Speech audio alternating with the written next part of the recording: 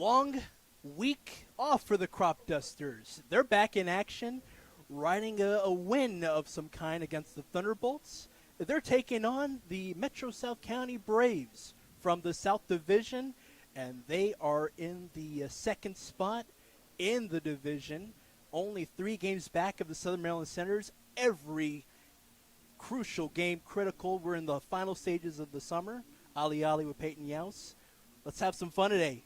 Yeah, definitely excited to see the Cropdusters back in action. They took care of business in an only 8-inning game against the Thunderbolts on Monday. They looked sharp, so excited to see how they look today, albeit on a long time of rest.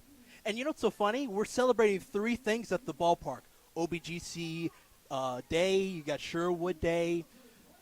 It's just a crazy experience. Tell me about OBGC. How have you been enjoying it? Yeah, it's been beautiful just coming through those gates. It's definitely a lot bigger than I would have imagined, but you got to credit Brad Scott and everybody else who's been a part of this amazing team, and they've made this into a masterful facility. Yeah.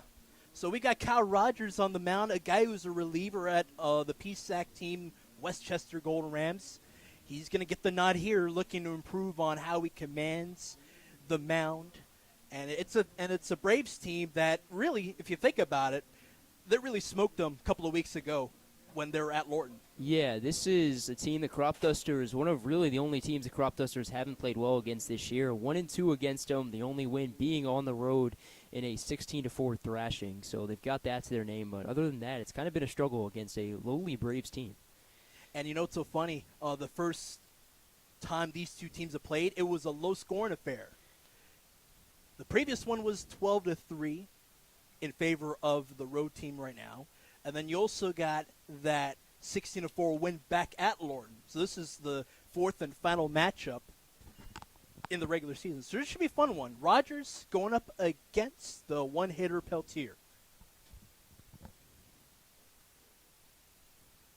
2 balls, no strikes already coming across. This one painted towards that lower corner. And we are so underway. Yeah, beautiful day for baseball. Weather hasn't really cooperated at all this week, but great to see that sun coming through. Popped up into the outfield grass. Tagging up there's Gosden as well as Walter. 1 away. Clouds starting to dissipate towards our left side. Sun peeking through, 85-degree weather day. It's a fun one.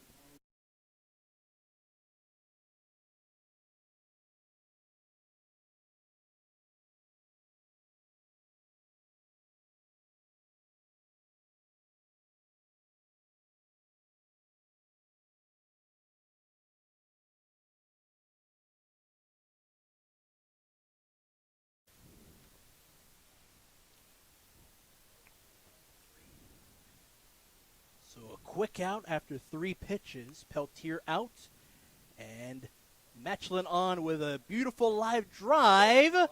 Walters in the vicinity, cannot glove it. And the throw is just a bit low. And a guy is aboard, sliding through Matchlin, the Middle Eastern native. He's aboard.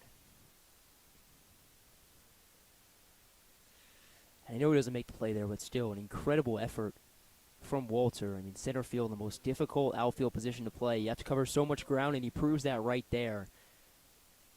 So I know he doesn't make the play, but you got to give him a lot of credit, covering so much ground in such little time.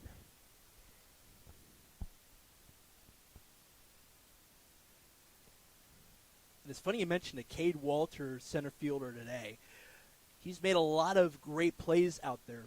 And I remember against the Thunderbolts just 2 weeks ago, he ended an inning in the 6th, catching it, going backwards, and then another one where he had a dive forward. So a guy who can really use his range. He wasn't able to get that out there, a crucial second out on Matchlin. He was able to drop it in front of his glove. So a foul ball to the right, and Rogers using the breaking ball, and it works for him, low in, inside that time.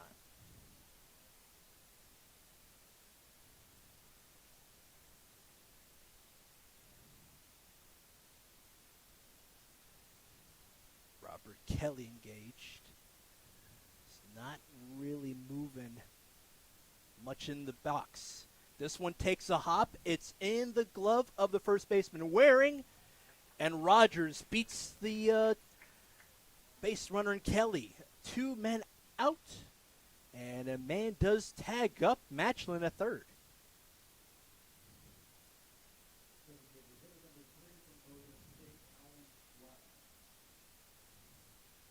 All through July, Cropdusters haven't had an error. This is a team that has been very, very helpful for whatever pitcher's on the mound.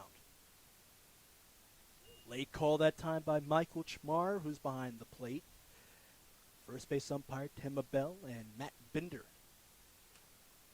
On tap for this north-south matchup. Back in front of Rogers, and this one will drop right near Walter's knees. Scoring from third is Matchlin, and just like that, the Braves take a 1-0 lead. Nice line drive into left center field, and Lott is aboard. Yeah, this is what they did the last time they came here to Olney. They struck first on the road. Very important they do that. They do it once again.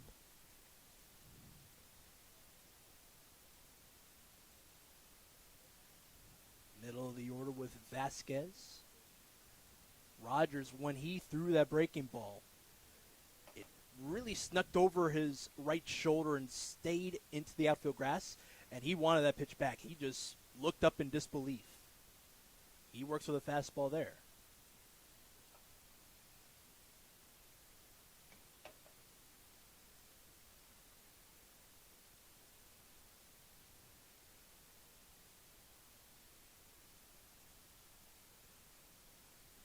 A look to first, and that one is shuffled on through.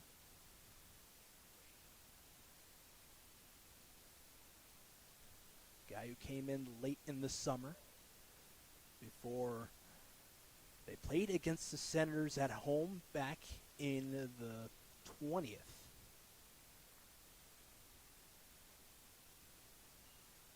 Jimmy Bell behind the plate, trying to send this one into the zone there. A man aboard with a 2-out RBI knock to left center field, and Lott has moved much away from Waring out there at first, and Gazin trying to cheat his way through. Nice breaking ball. Rogers has a solid command early.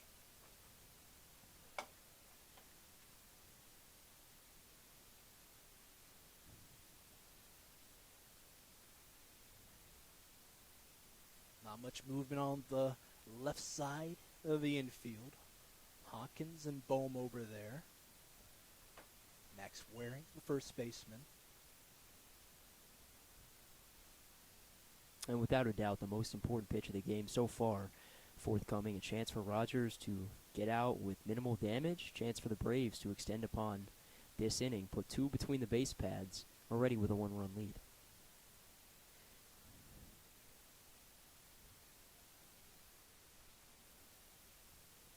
They look the way of Lott.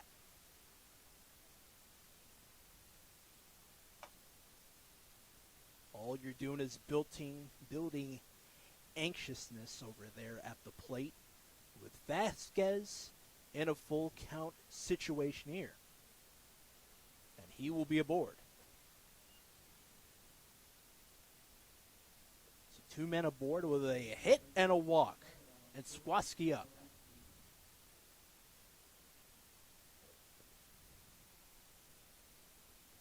Joey Swakoski. Having a good look so far at Rogers. Left-hander. Righty matchup at the plate.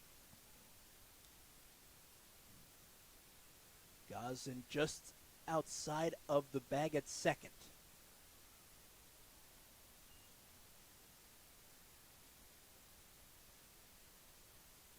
Another man in scoring position for the Braves. Lott had a knock to score in Matchlin, and a walk sent him on over to second. Gazin with a look, and the throw hits the lower half.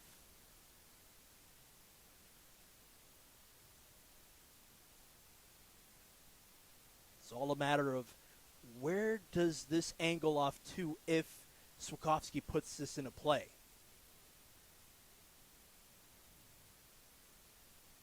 Middle infielder sheeting to the right side.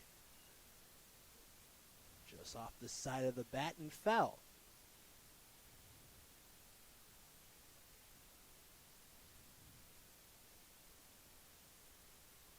And these four infielders, Peyton, Boma, Hawkins, Gosden, and Waring, these are guys that are very, very helpful for you. Yeah, especially when you have a guy like Bumo can move between second and third. So much versatility in this Cropdusters infield. And then you go into the outfield. I mean, Waring over at first tonight, he's a guy who can play the outfield as well. And this is back over to Rogers. We were alluding to it earlier. It's something that this infielders were looking at. Moved to the right side, and it bent over that way, but into the glove of the sprawling Rogers. Will step away. Braves have an early 1-0 lead.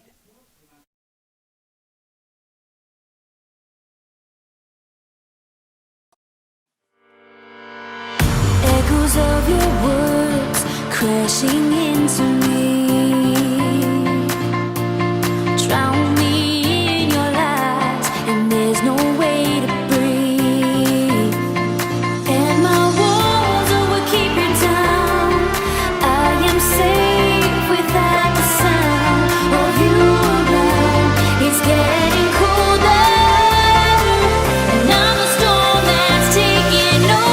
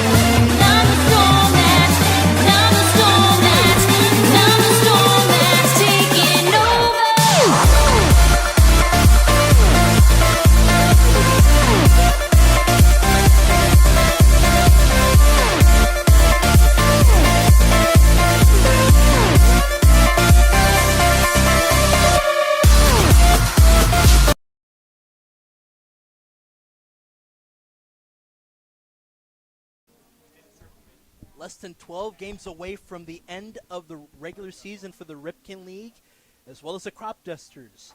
Hawkins, who hasn't been at the one spot in this lineup, is up now against Tommy Blackburn, a guy who had honors as pitcher of the week in week 1. Hawkins is going to be out there just about 2 steps away from me. He was running all the way out there. He's got some speed, too.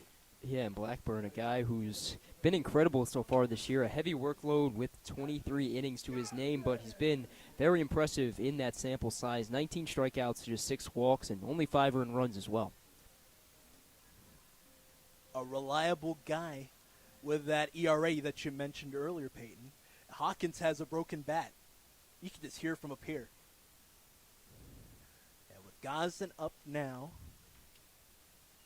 recent transfer to Westchester as a 2026. All PSAC honors as well as the main second baseman for the Golden Rams. After the quick out in the infield for Hawkins. We look at the lineup for the Cropdusters here. A lot of this has been heavy hitting, and the guy who warms the cockles of my heart, Duncan, in the middle of the lineup, he had a 2 RBI double, and then he was caught stealing third base in the second inning.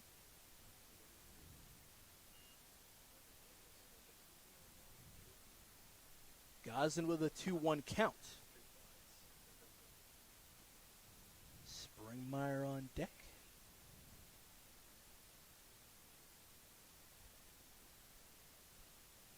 Gosden does not offer himself at it.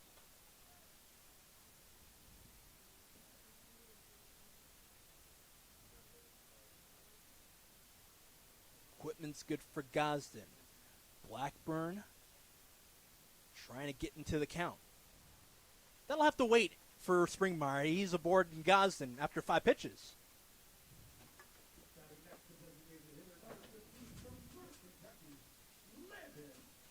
Springmeyer has multiple hits on the summer. Not a hit, but we'll take it nonetheless. Yeah, definitely exciting when you can get a man on base for a guy who's gone deep as many times as Landon Springmeyer has. And then even if he can't do anything, you give it to your cleanup guy in Walter. So an exciting time for the Cropdusters, a chance for them to even this one back up.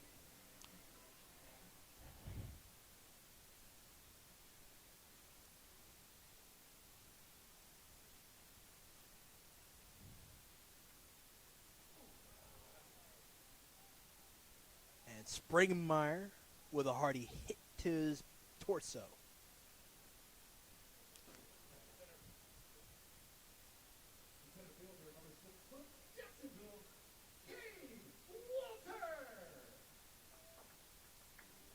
So a walk-in hit by pitch springs up Cade Walter.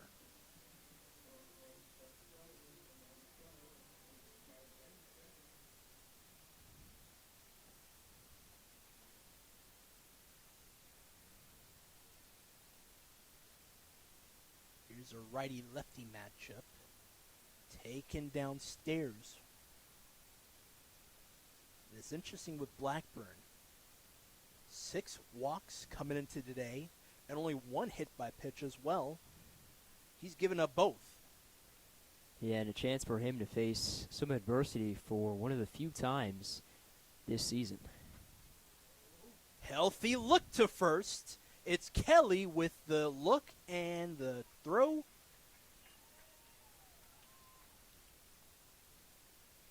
Gosden is all the way up to third. Springmeyer out there after Kelly was able to get the out. Walter is aboard, though. Let's see how Gosden fares over there at third. Leader's a guy who shows green often, and we saw it back on the third with that triple. He was just waving Gosden as well as Bullhouse, and it was just, wow, it was a thing of beauty.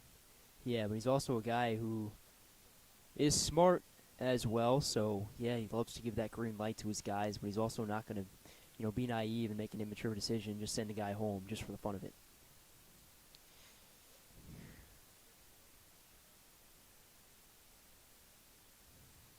Angling away from the bag is Gosden. Duncan with a heavy hit and foul to the left.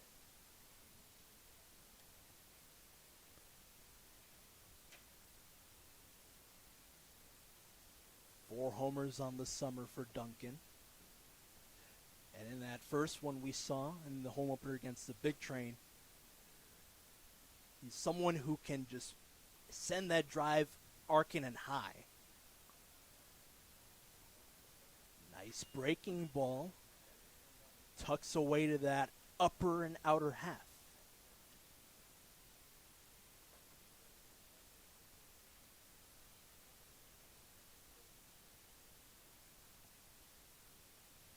Trying to send a man home. Strike 2 does come through that time. Foul ball as well early on for Duncan. Montgomery County native by way of Georgetown Prep. The Duke Blue Devil in it against Blackburn. Probably going to be a breaking ball here. Oh, he's going to go fast, and it's up in the air. Joey Sikoski on the run is able to get that crucial out, but it kind of caught him flat-footed there. Duncan out, stranding 2 on for the Cropdusters.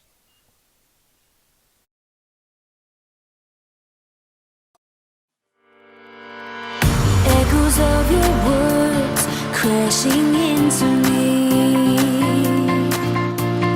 Drown me in your lies, and there's no way to breathe.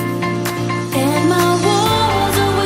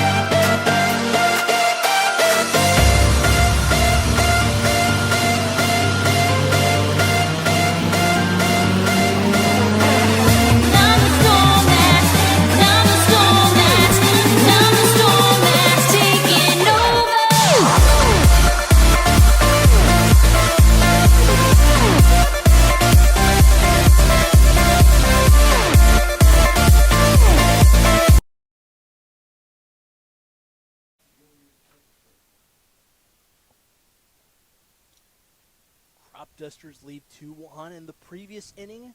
2 walks to go along with a hit by pitch. And it left Gaz and Walter stranded. Lemper Turkisher, with his 7 hits on the summer, is going to lead things off. Rogers sends this one inside.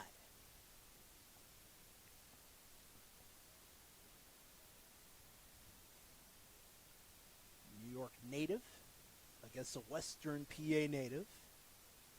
That one tagged in that upper half. He went inside on that earlier fastball, and this one makes his mark. 1-1. Oh, angle downstairs.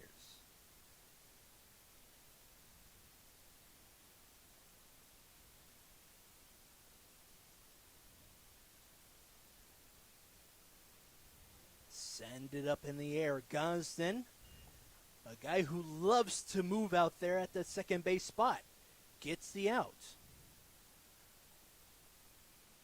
But whenever you're going with fastballs like that, do you think about contacting as much as you can?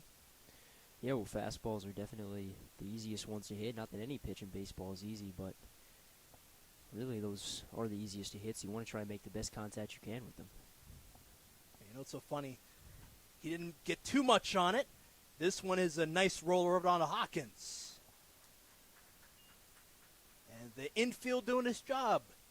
Gosden with that quick out for Lemper Turkisher, and James Robson, the catcher, out on the ground ball to short.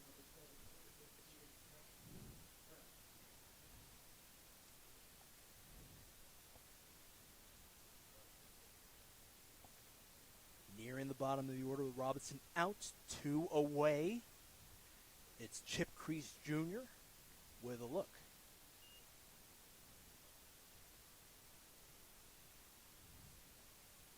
Nice batting average for Crease, 246 on the summer against Rogers. With that out, he's worked in 8 1/3 innings pitched on the summer. Second best team in ERA, as we mentioned early on. That one was Hartman. 0.50 ERA. And this one sent on over to left Scott, and it drops down the left field line. Angling for another base. Out. Easy out. Scott with a look, and then he was able to send that relay on through to second.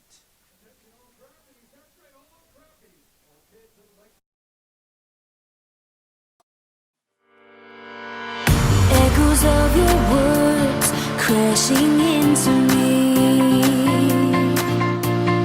Drown me in your lies, and there's no way to breathe. And my walls will keep you down. I am safe without the sound of you around. It's getting colder, and I'm a storm that's taking over.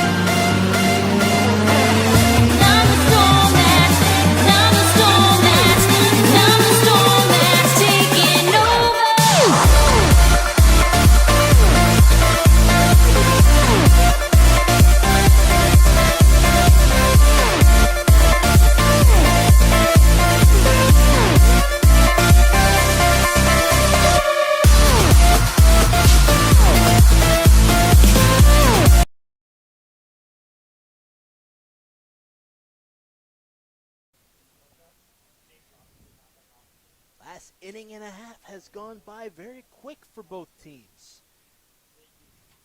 Braves had a third hit in the top of the frame. Nice one down the left field line. Scott with that relay gets the out. Boma, as well as Scott, Olney natives, Sherwood guys. And Sherwood Baseball Appreciation Night. It's been a fun one, too. Yeah, it's only fitting. The Sherwood guys and the OBGC guys come through. 1-1 in a hurry. Breaking ball misses low and away.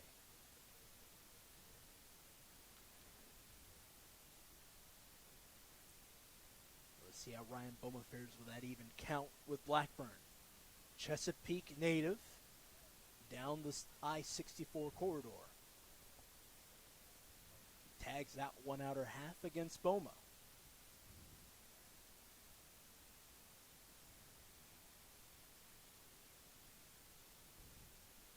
Count goes 1-2. And Blackburn trying to get a strikeout here. And it's something that you're noticing, right?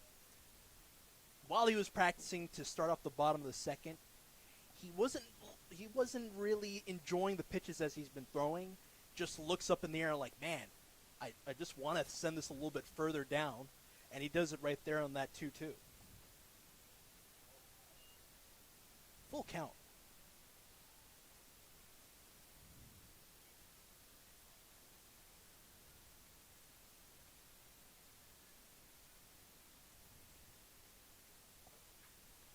And Boma sends this up in the air. It's over the wall, a no-doubter. How about that, Olney boy? Show off what you got.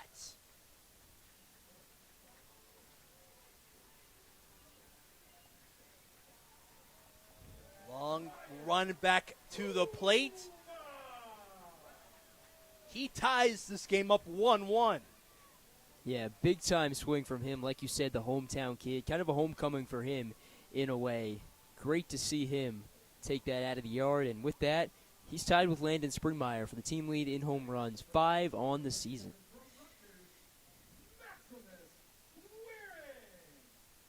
Maximus Waring up now, and he can go yard as well. In that second game of that doubleheader against the Senators, he had a shot to center field. A 2-run to bring home Gosden on that same game. Big time wave and miss. Blackburn, who had the favor against Boma, 1 ball to 2 strikes, had him work back into it, and then that shot out to left center. Just a slight offer that time from Waring. Blackburn sends the fastball middle half that time. Down to the count is the hitter. Sets this one to the side. Foul ball.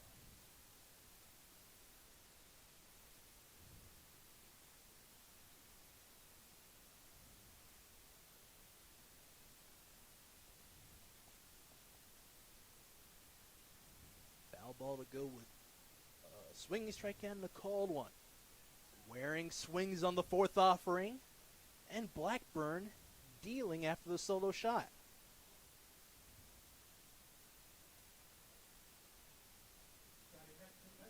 Yeah, and a nice response there from Blackburn. He did the same thing in the first. After walking Gosden and allowing Springmeyer to be hit by a pitch, he got Walter to ground out into the fielder's choice, and then he got Duncan to line out to end the inning. Same thing here. He gives up the solo home run to Boma, then responds by striking out Waring for his first K.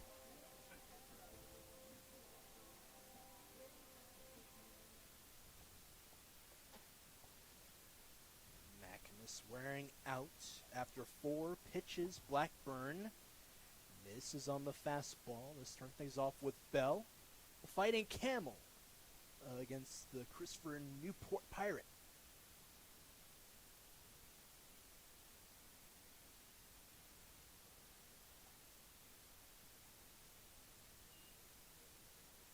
Late call there by Chimar. Called strike at the plate for Bell.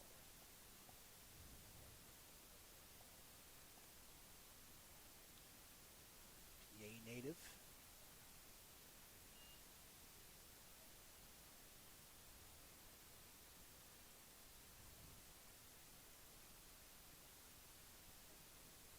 Won the count at the plate. There's Blackburn. Up in the air this time to left center. Angling at the warning track is Peltier. And they get that second out after Waring struck out on 4 pitches. Bell retired on a fly ball out there in the outfield. It brings up Scott. We'll round out the order with a guy who's been with this program for the last 4 summers. Returned on the first against the big train away from the ballpark. He's going to give it a good look to start things off.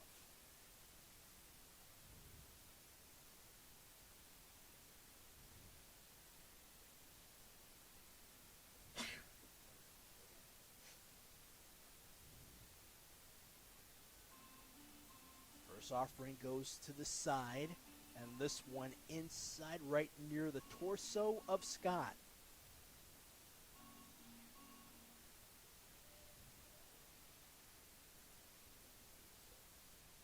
The light squat downward for Scott. He's going to send this to the glove of Chip Crease, and the throw was off the side. He was able to tag him before he got back to the bag. So Scott and Crease give a crazy look to Kelly, but the Cropdusters do settle with that solo shot from Boma.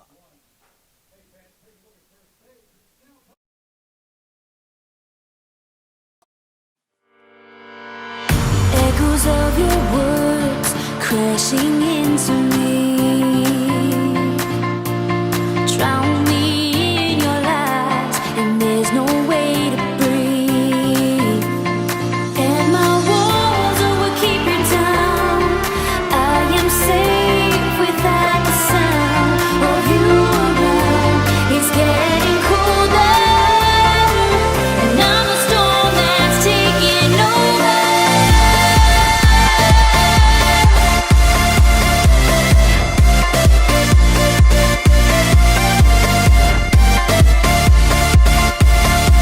And I'm a storm that's taking over.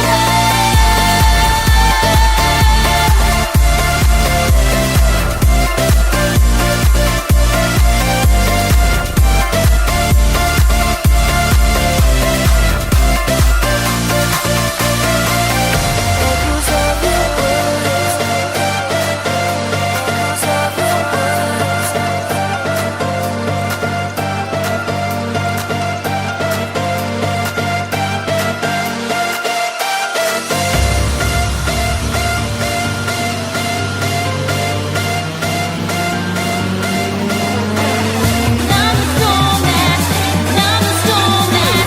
I'm a storm that's taking over.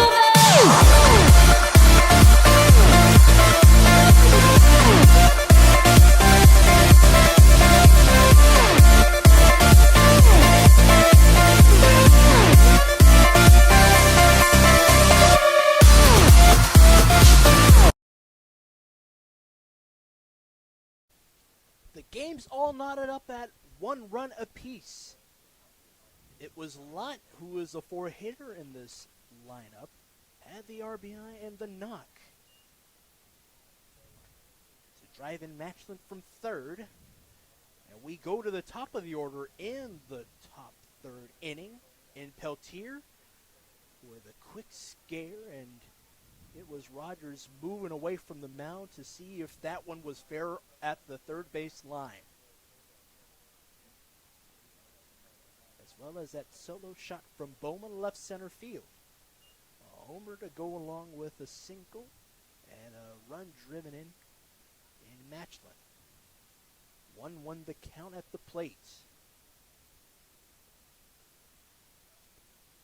Just angling into the dirt that time. It's Rogers in it now with Peltier.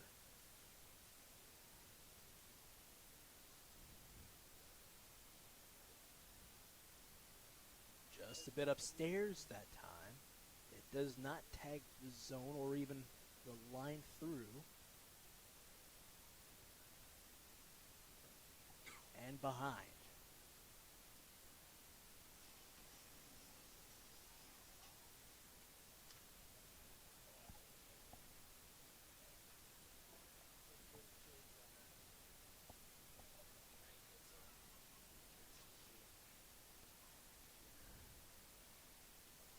To the right side this time. Waring took about 3 steps and was like, that's not in my wheelhouse.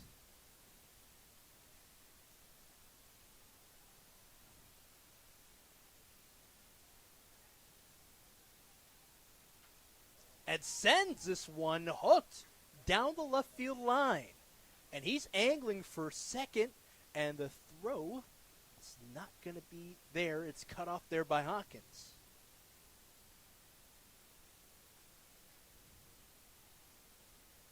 Just a little bit closer to the line that time. Kreese had a similar shot where he had a knock, a single, and then he was put out after Scott sent a bulleting relay on over to second, where Hawkins was there to tag him out. Yeah, and how's that for the Braves? 2 extra base hits, no outs here in the top of the third. Bats have been getting going. Yes. And you got 2 extra base hits, 2 doubles to go along with that single, as well as that single from Lott, which drove in Matchlin. And it is Matchlin up there now, showing bunt. He does offer at it. Slightly swung away. 1-0 the count. Hawkins as well as Boma. Towards the left side of that infield dirt. Cheating at the grass. Matchlin with that offer is down in the count initially with Rogers pumping through. Fastball lower corner.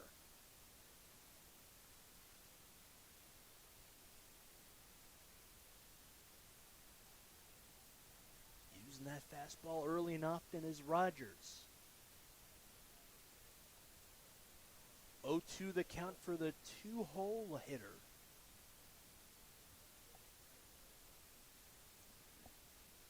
Gazin once more at the bag at second. Takes off in the infield grass, and Hawkins with the throw. And what's so funny is that he takes a big spring up and he throws it to the side. That's just a beautiful play to get that out. Yeah, one of, if not the most athletic guy on this team. You got to have athleticism to play shortstop, and he proves exactly why.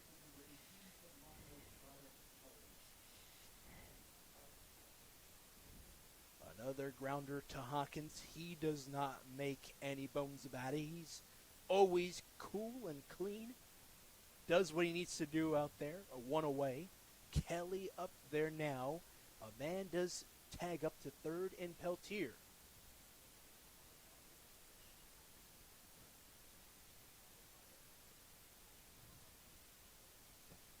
Once more, this is the top of the third with 1 out. Peltier with that double down the left field line. He moved up to third. Lower corner and inside. Breaking ball against Kelly. It's Rogers who starts the day off.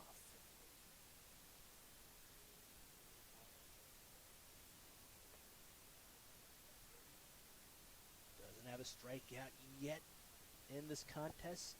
7 of them so far in the summer for him. He did give up a walk back in the first. 2-out walk for Vasquez. He's been very sharp. That's the first one he surrendered on the summer. Still looking for that first strikeout, though, like you said. And that's surprising. 7 strikeouts in 6 2/3 innings coming into this game. So averaging over a strikeout per inning.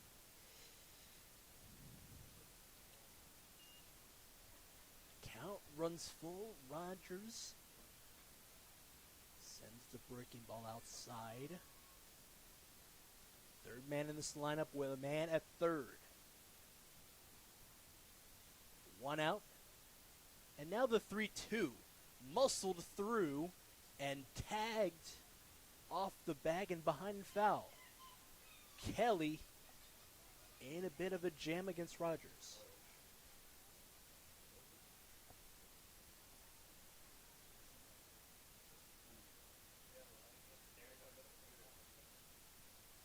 This is the seventh offering, that is, and Hawkins with the throw on over to Waring, and the second run does come through for Peltier. But another grounder to short. Yeah, and that's a smart decision from Hawkins right there. It's tempting to throw it home and try and get the force there, but probably not going to pay off. So a good decision right there. He eats it, gives it to first. Colin Lott, all-star on this Braves roster, is up there now. And he will send this on over to Scott. He's angling, and it will go foul to the left of him.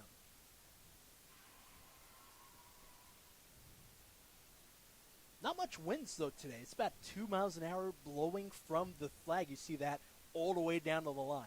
Yeah, definitely surprising.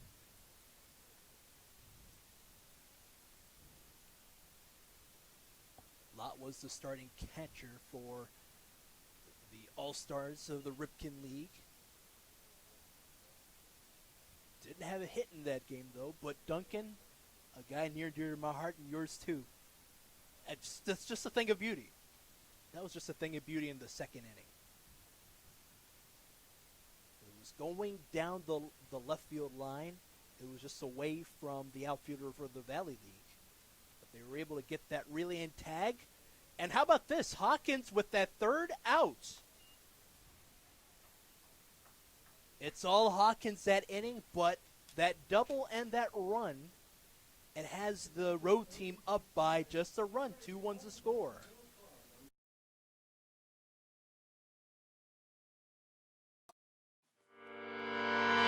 Echoes of your words crashing into me, drown me in your lies, and there's no way to breathe. And my walls will keep you down. I am safe without the sound of you around. It's getting colder, and I'm a storm that's taking over.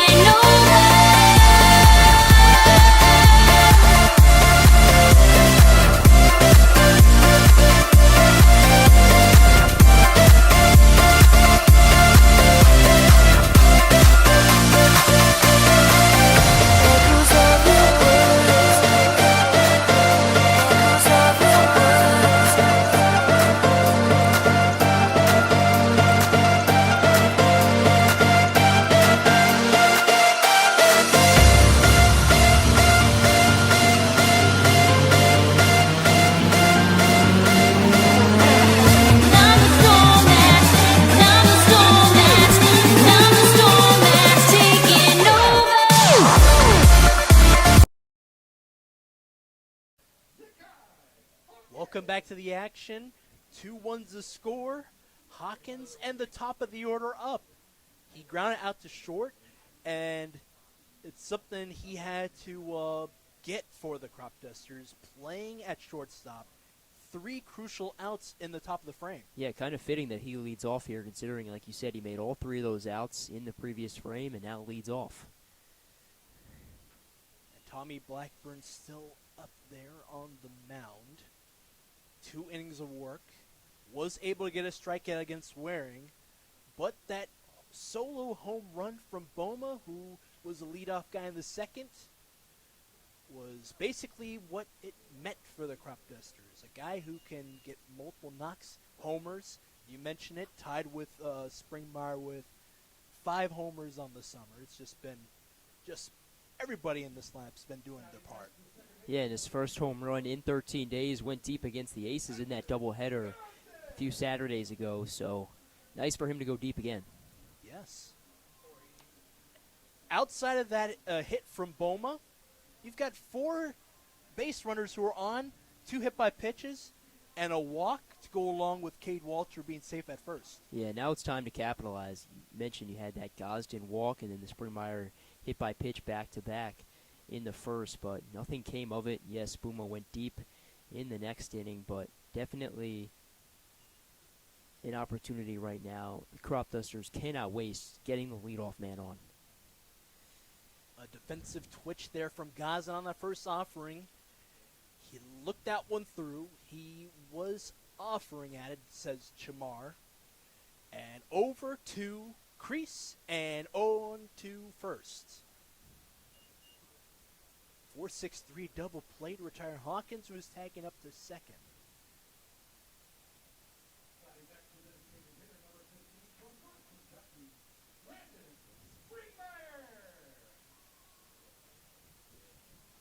Springmeyer in week 2 was red hot. 2 homers against the Aces, 2 homers against the Big Train. It's a guy who's going to want to get back into this. Yeah, he had a red-hot stretch, and you could say he tailed off after that, but it's kind of hard because it's basically impossible to replicate that for a second straight week. So, yeah, he's hitting .234 on the season, but still an OPS over 1,000. Guy who has great plate discipline as well, so excited to see what he's got in store. With an attitude to bat 1,000 as well. He will send this after 4 hops on a Mechlin. John Claude Van Dyke of you? How about that, Robert Kelly? Sprawling, and he was able to angle his legs away from the bag. It's an out, though. After the double play, Cropdusters are still down by 1 run. 2-1 is the score.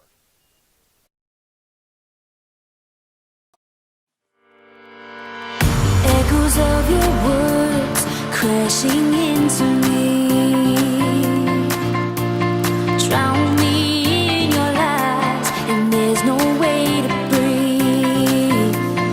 And my walls will keep you down. I am safe without the sound of you around. It's getting colder, and I'm the storm that's taking over.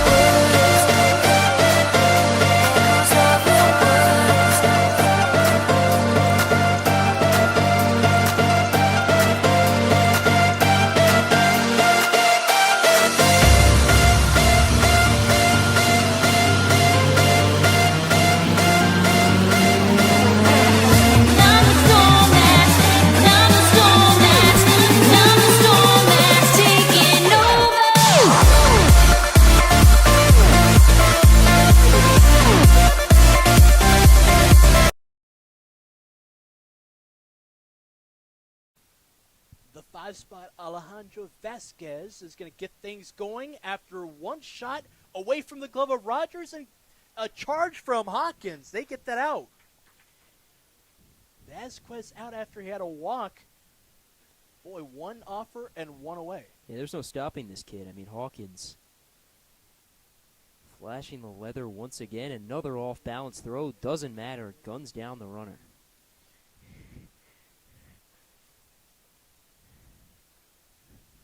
Would you say this game is all instinct? When is it not? Yeah. It's like the wherewithal after Rogers was moving after that one was put into play. It was Hawkins who had the wherewithal to charge at it and throw. Ball to go along with a foul off there for Swakowski, the right fielder. 0 for 1 on the day. And a guy who is stretching the zone downward. Another one just away from the backstop netting into the right side.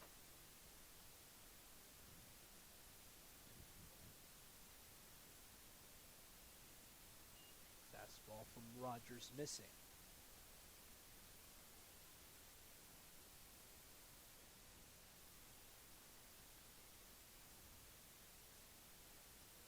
Wow, a punch out at the plate. 5 strikes, or excuse me, 5 offerings, and he's down out. Good on Kyle Rogers. He's got his first strikeout on the day, 2 away. His 8th overall in the summer. So Using that fastball, swinging and missed that time for Lipper Turkisher. Yeah, it definitely took him, I think, a little bit longer than he would have hoped here in the top of the 4th, getting that first strikeout, but nonetheless comes through. Julian Limper Turkisher already down in the count. 9 pitches in this inning for Rogers. It's a light tag to third and Boma.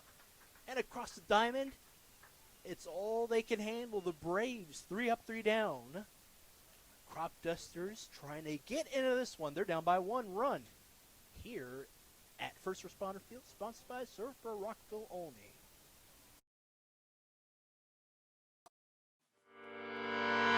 Echoes of your words crashing into me. Drown me in your lies, and there's no way to breathe. And my walls will keep you down. I am safe without the sound of you around. It's getting colder, and I'm the storm that's taking over.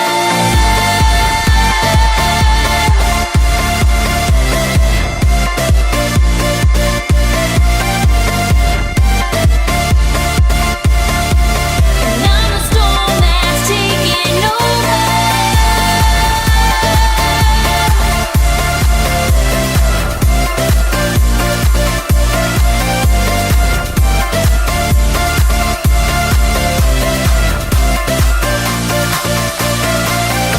Echoes of your words. Echoes of your words. I'm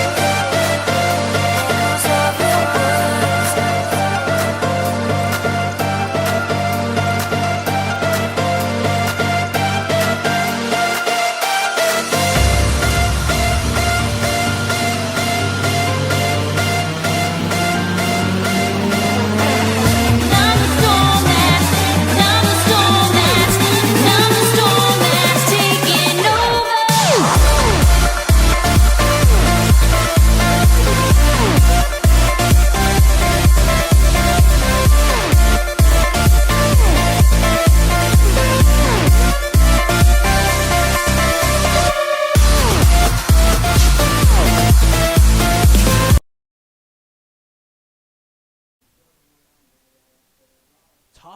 Bottom of the 4th, excuse me, with Cade Walter on. Blackbirds still up there on the mound for the Braves. North-South matchup. Braves took the recent game, 12-3. Cropdusters did go down to Lorton back in June and was able to knock them down 16-4. But that first ever matchup, 4-2.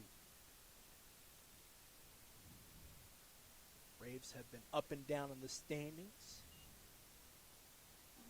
That 4-2 win early on in the summer was a catalyst of a 5-game win streak, which got started at the DC Grays.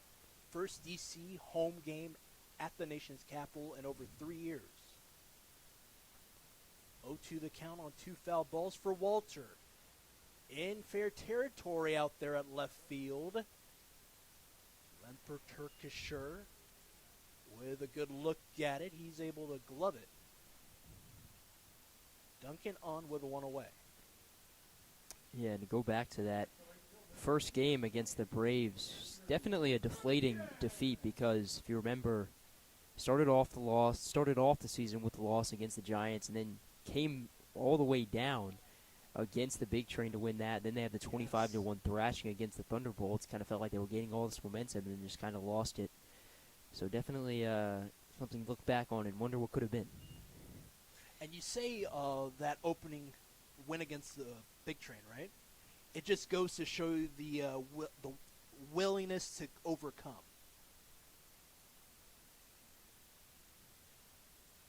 Andrew Duncan with the look on the breaking ball. Duncan against Blackburn. One away on a fly out to left field.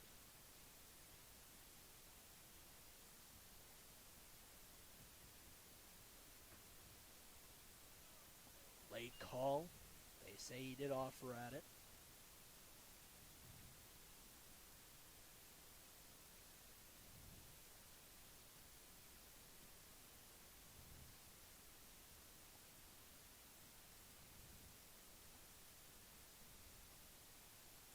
Able to chase that. It was a drop third strike, and they're just going to tag him. It's James Robinson who stepped away from behind the plate to get that out. Blackburn with that drop third strike. Got 2 out so far with Boma up. How about another one for your hometown fans? Yeah, he's done it once. Why not do it twice? Yeah. Brother of Michael Boma, who was a member of the 22 Cropdusters team, the inaugural team in this 5th year in the Ripken League.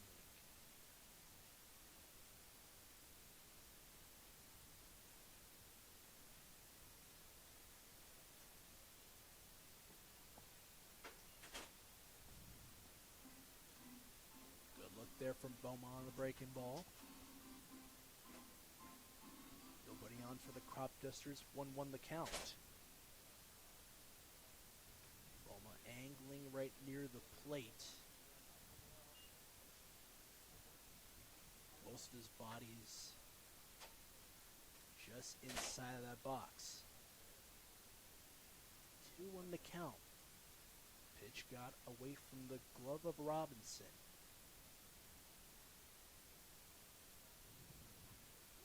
Healthy swing and miss. Even count once more. 2 balls to 2 strikes this time.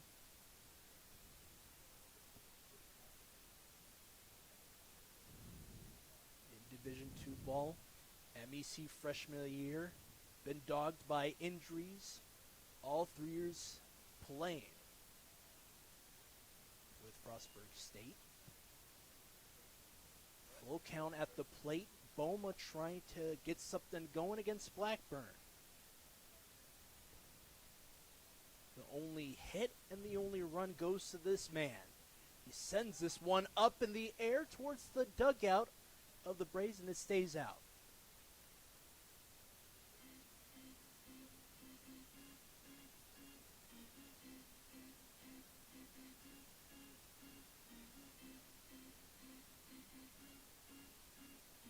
Boma will redo it, and it's a guy that is coachable, and a guy that is always looking for a hit that can go long. Punch out at the plate. Nobody left on, and Blackburn has another strikeout. Braves up by 1. But before we send it into the top of the 5th, Sherwood High School baseball night. Got to talk to a couple of the players that were high school players there and played for the Cropdusters. Reliever Matt Chrisman has some thoughts about Sherwood baseball.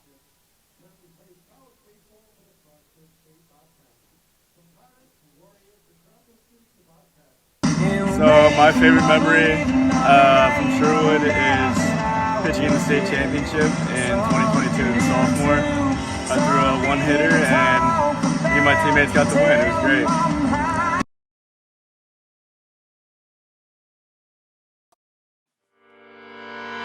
Echoes of your words crashing into me. Drown me in your lies, and there's no way to breathe. And my walls will keep you down. I am safe without the sound of you around. It's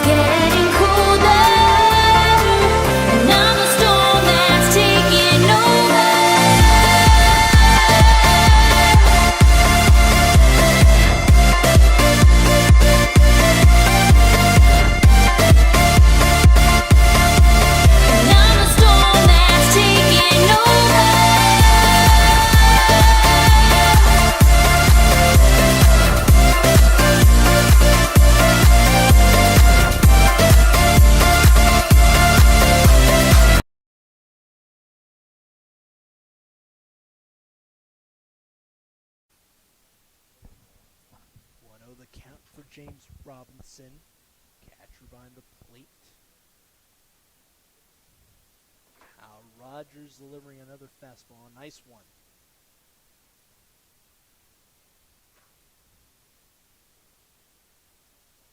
Starting guy for the Cropdusters. We've been able to make things stick.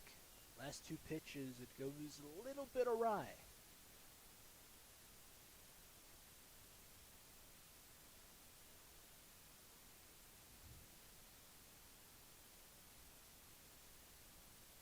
The count. 8th spot in this lineup. Robinson looks this through. Outside of this at bat, how would you summarize Rogers so far? Yeah, I think it's definitely been, a bounce back, right? He ran into some trouble early on with double, and then the RBI single, the walk, another single, another extra base hit in the form of a double. But since then, you go 3 straight ground outs, a strikeout, ground out. He's been keeping the ball on the ground since he faced some of that adversity. No problem. Nice ground out. Robinson out. Chip Crease is going to come up there. He kind of shocked Brian Scott out there at left field. It was a nice line drive for Crease that dropped down, but he did not beat the relay. He threw it on over to Hawkins, who was touching his bag with his left foot. And the 9-hole hitter is back up.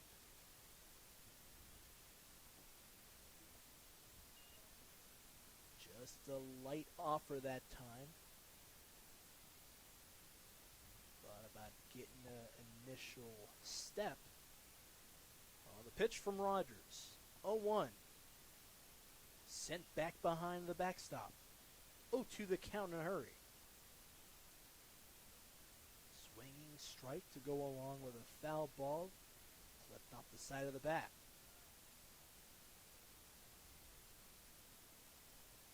Near the top of the order for the Braves. Third offering sliced and back behind.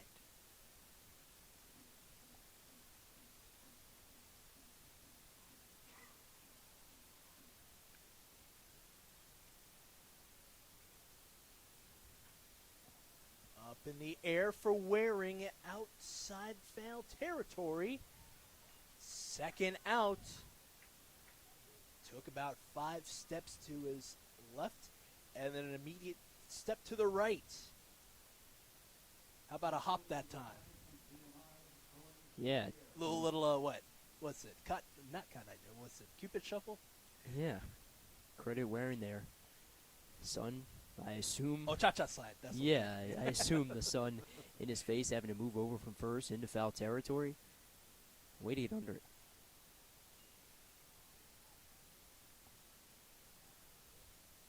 Ground out and a foul out. We go to the top of the order. 1-0 the count for Peltier. Oh, man. Late call over there at first. Tim Abel says it's a called strike and an even count.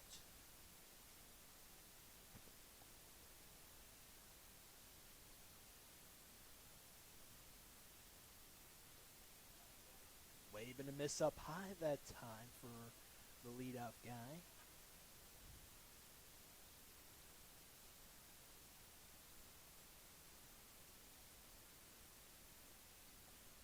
One, two. Upstairs, stretched at that time for Rogers.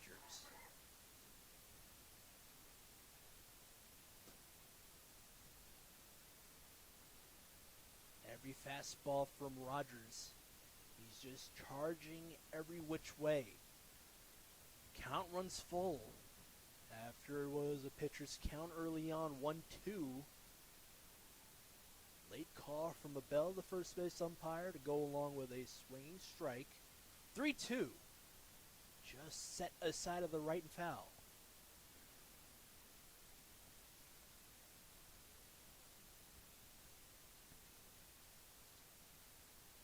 Nobody on. 2 outs. Rogers trying to pay it off. Setting a man through. Lifted to the side. Left that time and foul once more.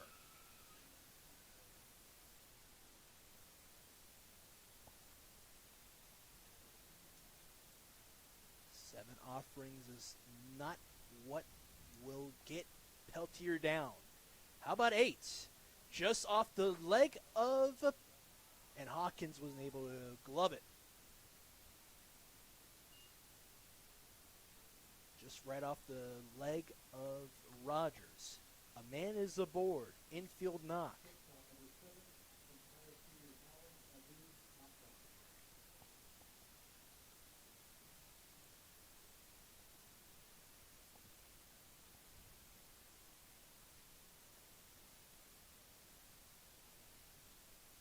How about that from Peltier? He kept offering at it. 8th pitch, something sticks. Yeah, big time battle from him, and crazy considering the Braves were down to their final out, final strike at that. So a great battle to keep the inning alive.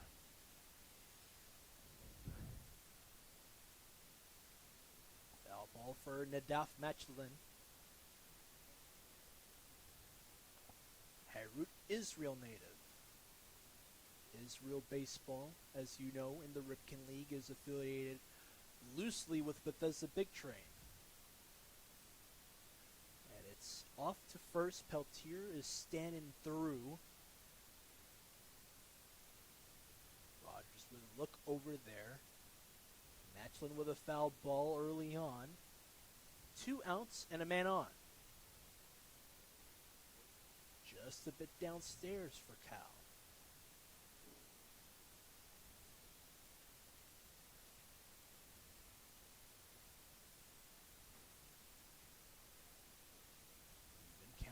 Plate. 1-1. Takes a hop to Boma. He's going to send it to first. Wearing, and it was slightly airmailed over to him. A man is aboard in Machlin. And Peltier moves from all the way first to third.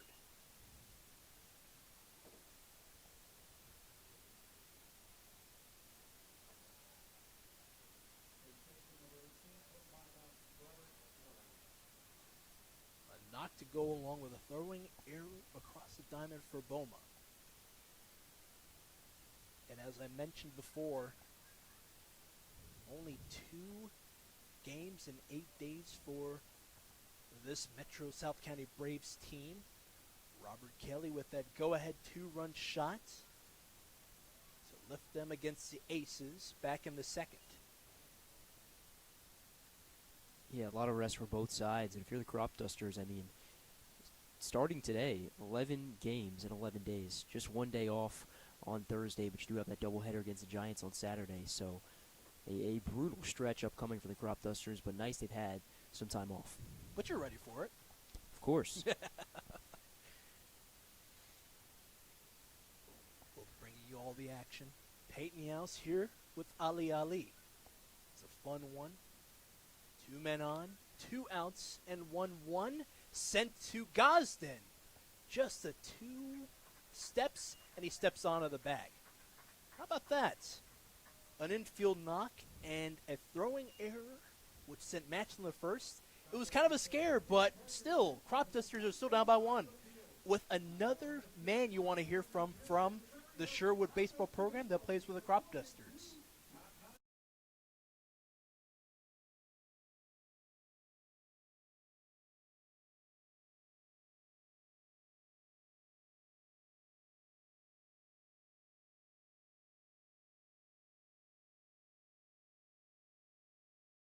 My favorite memory at Sherwood is definitely the last state championship we won my senior year, where I pitched and went 3 for 3 in the game and hit a leadoff home run. Thank you, Sherwood Baseball, for everything you've done. Echoes of your words crashing into me, drown me in your lies, and there's no way to breathe. And my walls are what keep you down. I am safe without the sound of you around. It's getting colder, and I'm the storm that's taking over.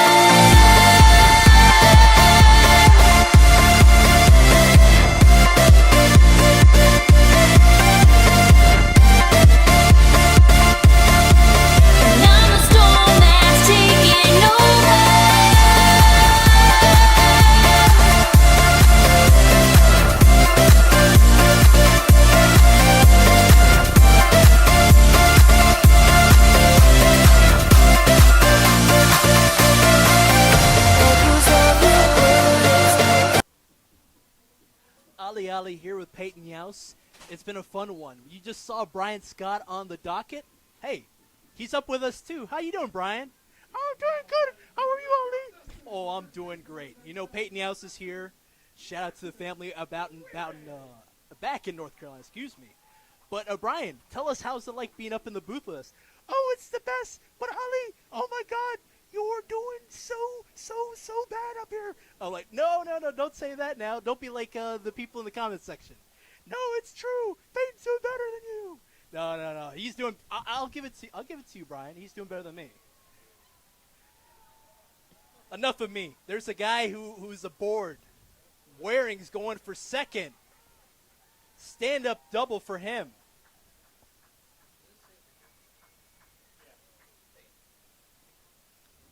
Blackburn's still up there now. Gives up that double for Waring. It was testing Swikoski out there. Boy, I'm telling you, Brian, he's agreeing with the comments section.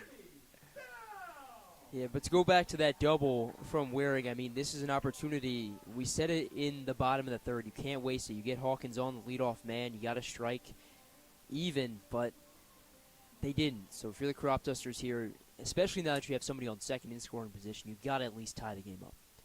There you go. But why not with that? First extra base hit on the day. And lifted a line drive for Bell towards the left side. Why don't you watch out, Waring? You're going to run over leader. He shows green.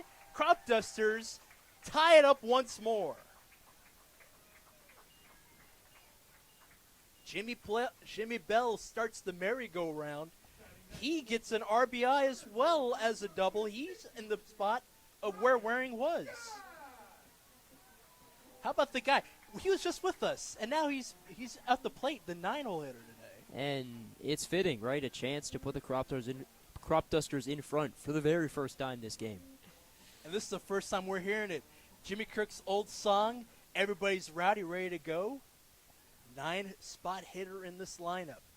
Blackburn allowed the second run of the day. Bell trying to angle away. They look his way. Crease is going to slide there as well.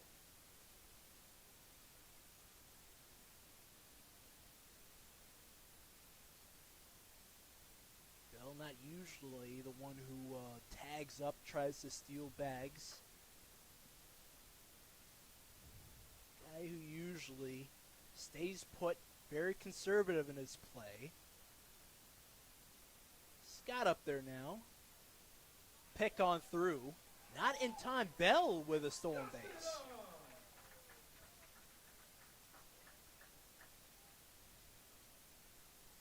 A man at third, Peyton. How about that? And once again, still no outs. You got to now take the lead.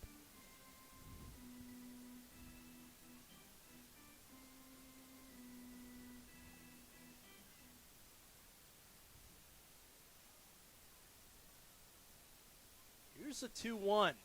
Up in the air for Brian Scott. And it's going to get off the glove. And Bell will score with ease. And here comes Scott. He's just rounding through third. And how about that? He's not moving. How about that? Brian Scott, first run on the summer for him. The crowd loving it. They're juiced.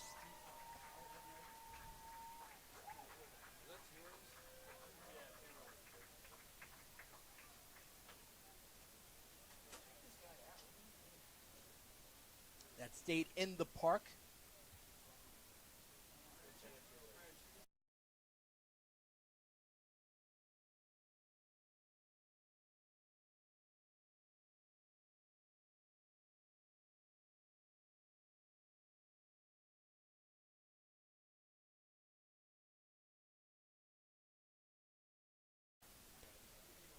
How about that for Brian Scott? RBI triple, which scored Bell. And the concern now is for Peltier. He probably hit his right shoulder on that batter's eye. Hopefully he's fine.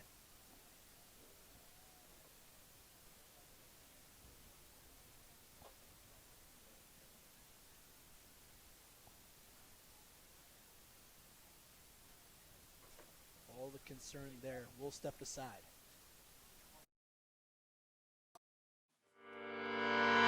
Echoes of your words crashing into me. Drown me in your lies, and there's no way to breathe. And my walls will keep you down. I am safe without the sound of you around. It's getting colder, and I'm the storm that's taking over.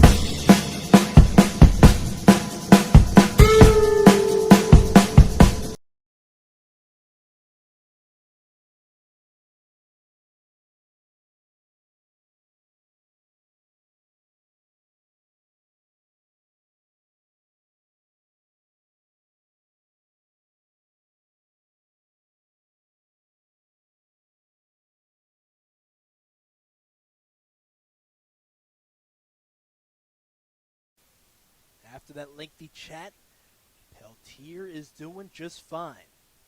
Scott scores the fourth run of the day, 3 consecutive. As we near the top, we go to the top of the order with Hawkins. Yeah, the Cropdusters offense finally coming alive, and it's fitting that it's the bottom third of this order. You have Waring with the double, Bell with the RBI double, and then Scott with the RBI triple eventually comes home. So you're seeing how deep this Cropdusters lineup is. Bottom third of this order coming alive. The elder statesman with the fourth run of the day. And Hawkins, in his second year with the Cropdusters, looks this one against Blackburn. He's down on the count. We talked about it on the third. Fastballs and fireworks night for the Cropdusters. Hawkins, whenever he gets onto the plate, he looks at the bag. He taps it with both of his feet. It's a nod to a lot of MLB football that he's seen when he was growing up. Just seeing what works for him, respecting the game, and he sends this foul to the right. I had a chat with him too. Me and him are pro wrestling fans, right? I told him it's akin to when Mark Henry, he slides both of his feet right on the apron. It's a sign of respect to the ring and to the wrestling itself. See, I've never gotten into wrestling. It's not my thing. Not your thing? Yeah. It's like the earliest memory for me. Just the whole family. I have 4 siblings, and it's just we're all watching it, right? Just so captivating. We didn't have cable at the time, too. We're kind of old heads in a way.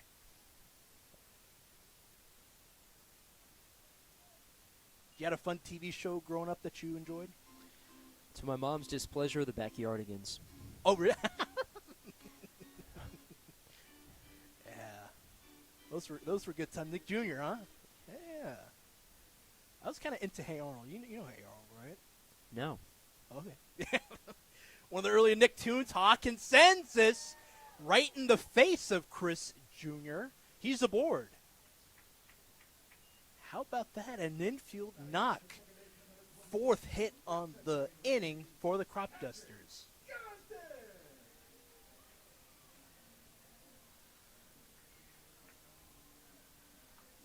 Yeah, Hey Arnold is about a kid struggling in 4th grade with a couple of his buddies in the city. It's technically based in Seattle, but they don't say it. Coach Rudd with the conference. But I can quote you the scenes for days. I'm telling you, Sammy Berman. I usually quote it to him, right? I tell him, "Hey, Sammy, I love your seashell toilet. It's very interesting. That's not a toilet. That's a sink. Well, don't go in there." I'm boring you with this, but that mound visit. What do you think about Blackburn so far? Yeah, he was pretty much flawless outside of that solo home run to Booma, but in this inning, it's been a different story, right? Yep. Definitely a strong start, but not so strong of a finish.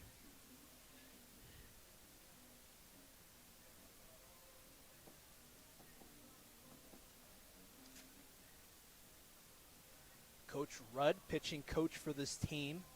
Both him as well as Coach Warren.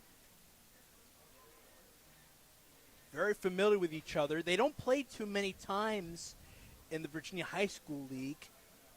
Coach Rudd, head man for Annandale Adams. In the last few years, we've only had one guy that was a member of the Braves who played for him at Annandale. Danny Salisbury, the right-hander from Mount St. Mary's. Not much action for the bullpen of the Braves right now. And Danny Salisbury is a guy that I played football with. It was just a good guy to be around. We used to live a block away from each other. So interesting how this league and, just how everything's so intertwined with each other. And I learned at the All-Star game, Coach Worth, the head guy for the Aces, at 5 years old, he was coached up by Sal Colangelo, the Big Train. There's connections everywhere. Yeah. But an unrelated connection, you being related to the Yaos Maryland Orioles. Yes, if only. When we first met, that was what I said to you. I was like, are you related to the person who started that? Does not run in the family, unfortunately. I wish it did, but unfortunately it doesn't. It went under, I know. It's as ancient as time as the New York Football Yankees of the AFC. Exactly. It's like that, So the day's over for Blackburn. We'll step aside.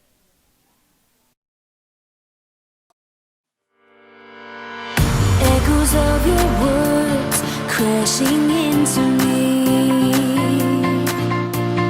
Drown me in your lies, and there's no way to breathe. And my walls will keep you down. I am safe without the sound of you around. It's getting colder, and I'm a storm that's taking over.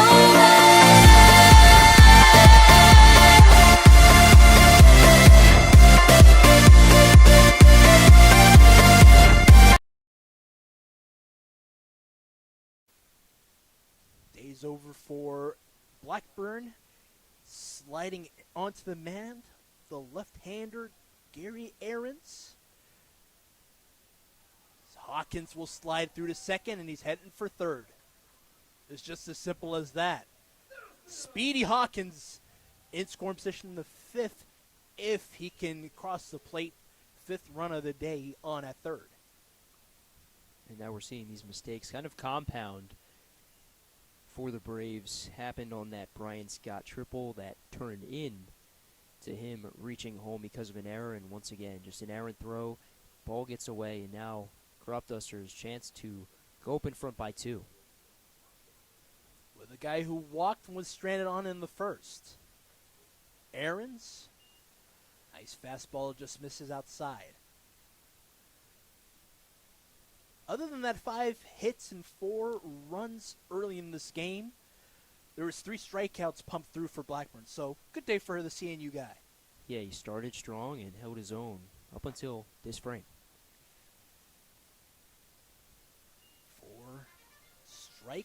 4 hits so far in this inning for the Cropdusters. Bottom of the 5th. And what was really helpful, I'm thinking, is the Cotton Eye Joe. When you dance and you just let it all out, you settle back into this game a little bit. Slightly standing forward is Robinson.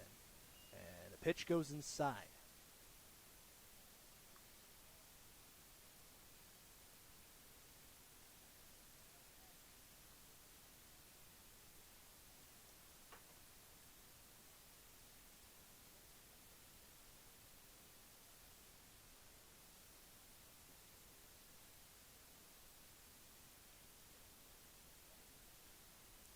Gosden sends this one up to right center field.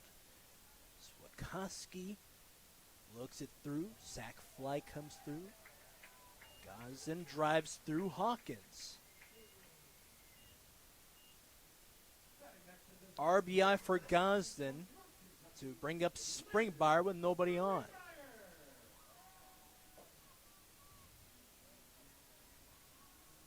Five two's the score. 5th inning, and everything's going well for the team. We're in their overall look.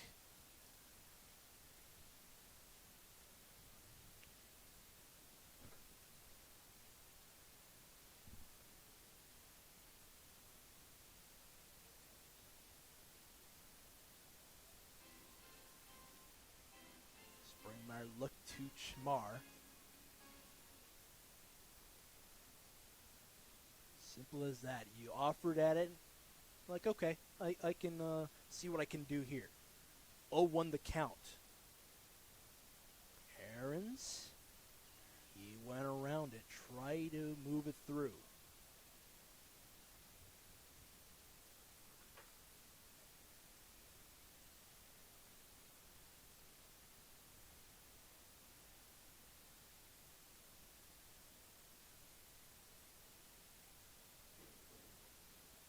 Springmeyer with a healthy wave and miss. 2 away. And Aarons gets his first strikeout in relief of Blackburn.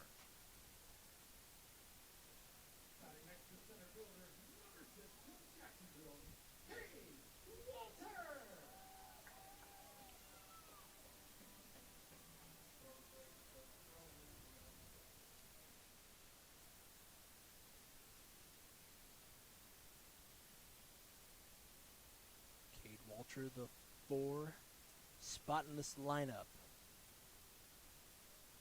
Flew out in the 4th. An inning later, he's ahead of the count. Closest to the infield grass at the time, saying this is Vasquez.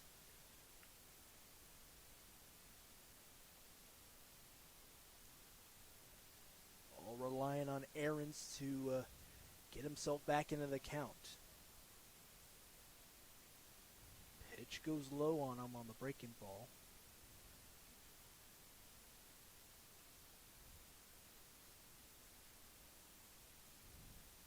Northern Florida native and Walters kind of stumbled at it, trying to go for that check swing of some kind. 2-1 the count.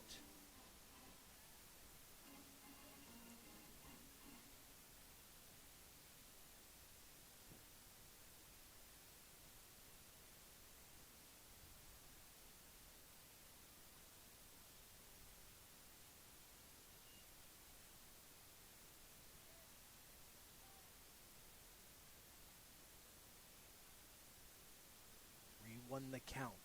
2 outs and nobody on for the Cropdusters. They did most of their damage early on, wearing with a knock and a double, RBI double for Bell, and a triple for Scott.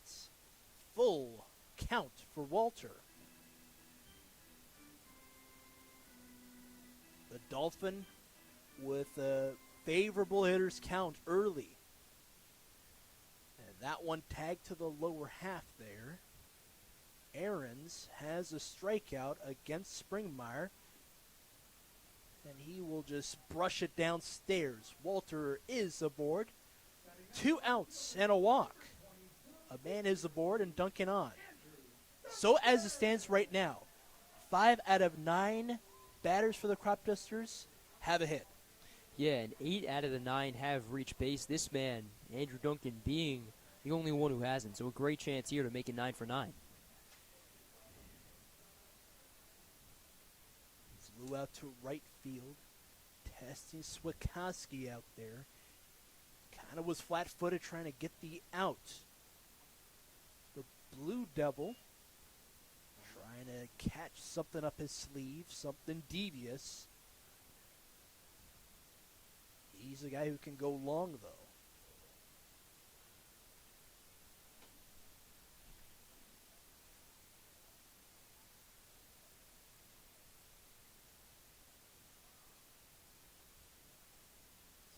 Duncan looked that one through.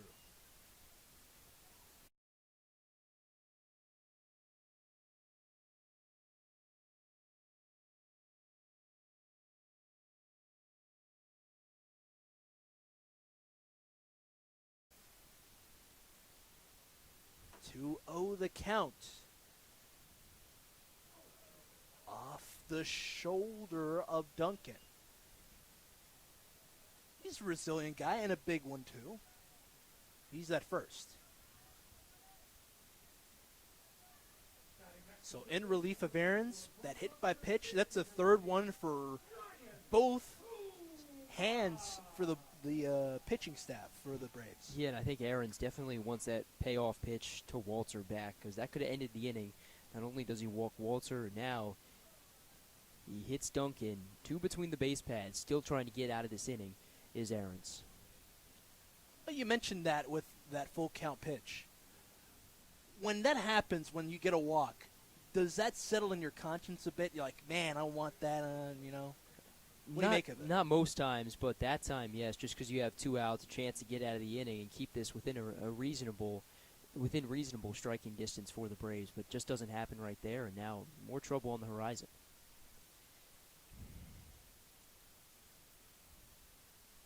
Before that solo shot for Boma in the second, they did not have a hit. It was a walk hit by pitch, and then Walters was safe at first. And now they go back to that again with a walk hit by pitch.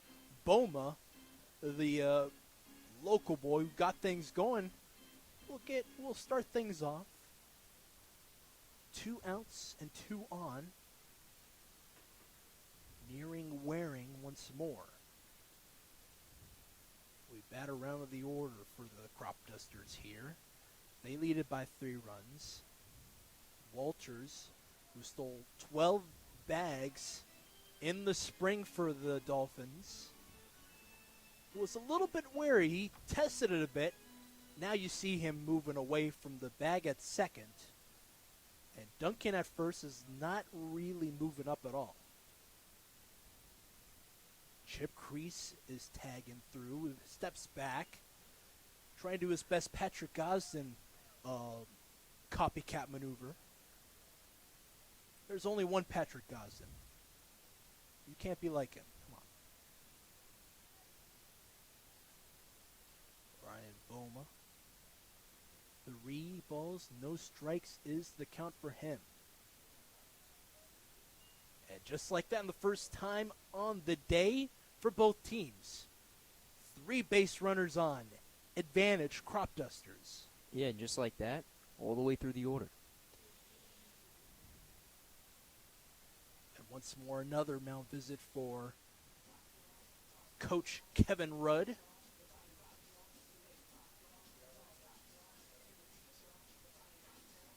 And what you might think is settling of the head of the pitcher and Aaron's. Yeah, you're not going to go to a new man at this point, so just a chance for him to get some words of encouragement from his infield as well as his head man.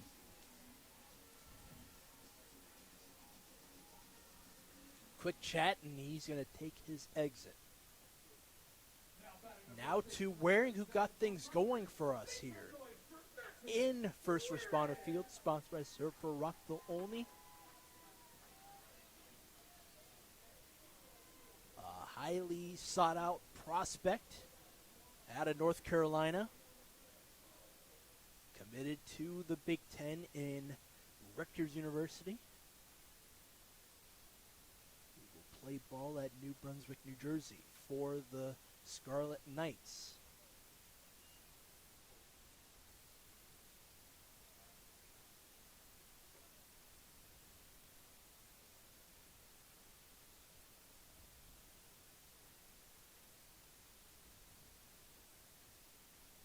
Outside corner called strike on Waring.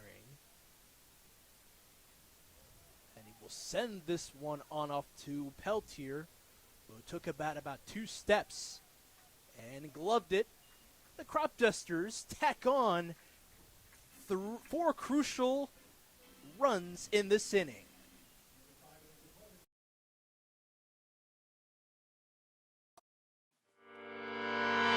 Echoes of your words crashing into me, drown me in your lies, and there's no way to breathe. And my walls will keep you down. I am safe without the sound of you around. It's getting colder, and I'm a storm that's taking over.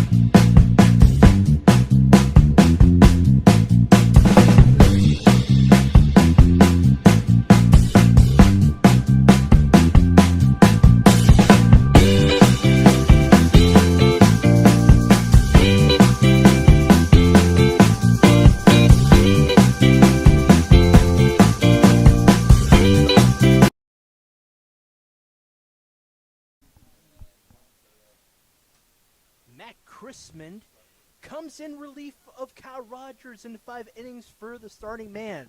1 walk, struck out Swakowski, who is the 6th hitter in this lineup for the Braves. We start things off with Lott and a foul ball.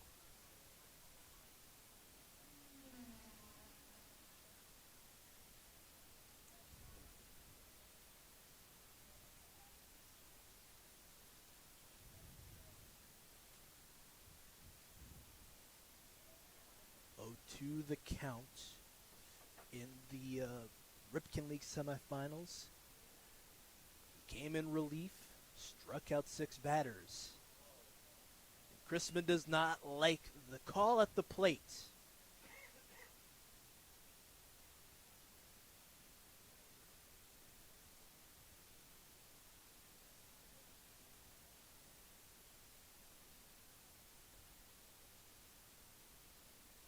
The All-Star in lot does not offer himself.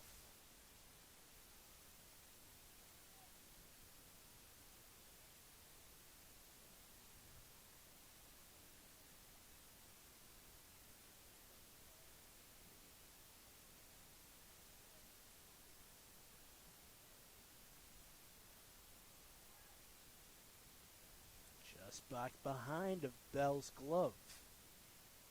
Even count at the plate.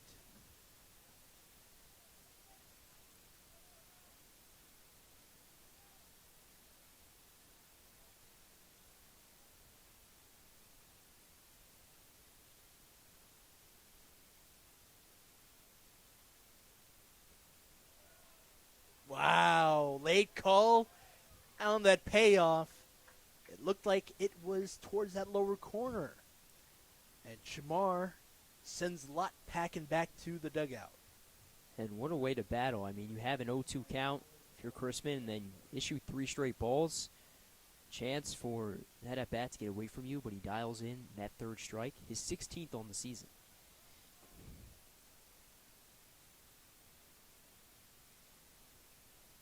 And that one took a keen eye on Shamar. 7 pitches to retire him. Swakowski, who represents the only strikeout for Rogers on the day. This is his 3rd plate appearance.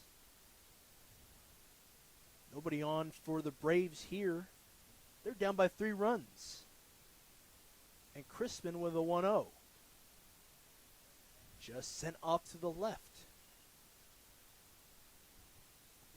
Tagged off of the plate, and Swakowski is a guy who is just really trying to angle himself, see what works in his favor.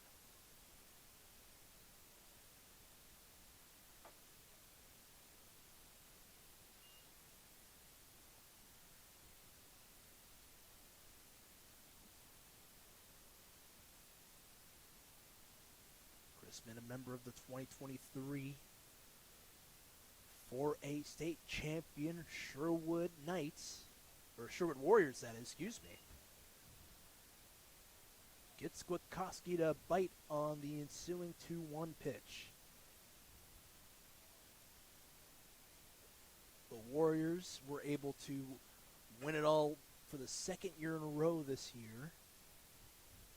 One of the players on that team, Sweeney Strawberry from the Grays, has been phenomenal. Swakowski with a hit off of the pitch from Chrisman.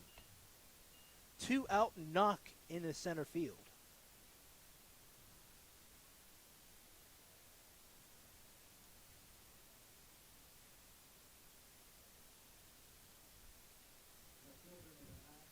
What resolve there? You got a man aboard. With 2 outs, so the way Chrisman's dealing on the mound, be easy to just throw in the towel, but Swakowski does the opposite. He battles, and chance now for the Braves starts some 2-out offense. And tagging this one to right, Lemper Turkisher out there, stranding Swakowski. The Cropdusters don't allow another run, 3 straight innings where the Braves come up empty. Echoes of your words crashing into me. Drown me in your lies, and there's no way to breathe. And my walls will keep you down. I am safe without the sound of you around. It's getting colder, and I'm the storm that's taking over.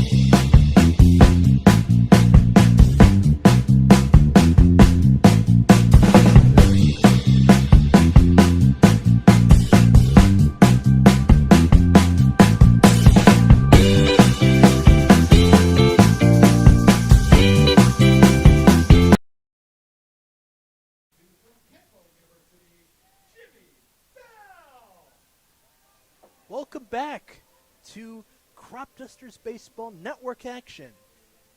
Olney, the home team, are up by 3 runs, and it was all sprung through on a 4-run inning in the previous inning. So let's see how Bell does things, how he starts things off. RBI and a double to drive in Waring.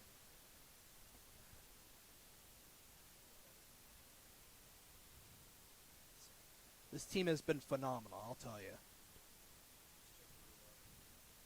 Yeah, and it's been a great rebound from the Cropdusters as Bell gets hit. But, I mean, offense, the bats aren't there in the first few innings, but they rebound. You have Waring and this man right here in Bell. They kind of start a rally, and it all just takes off from there. And that's something that we've mentioned in the previous frame, as in the bottom of the 5th. These hit by pitches from Blackburn as Arends, it's not been very helpful for them. Sammy Berman, who's the designated runner today, is in there for Bell.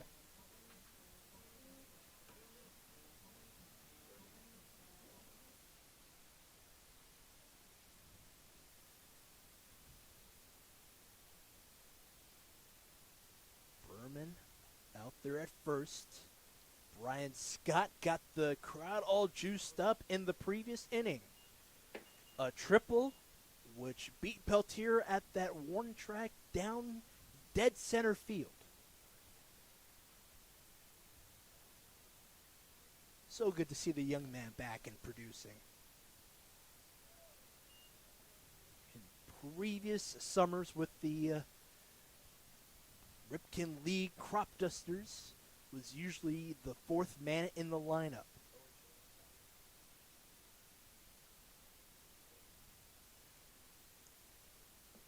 Ends with the deal. Sent right near the shins. The count is 1 ball to 2 strikes.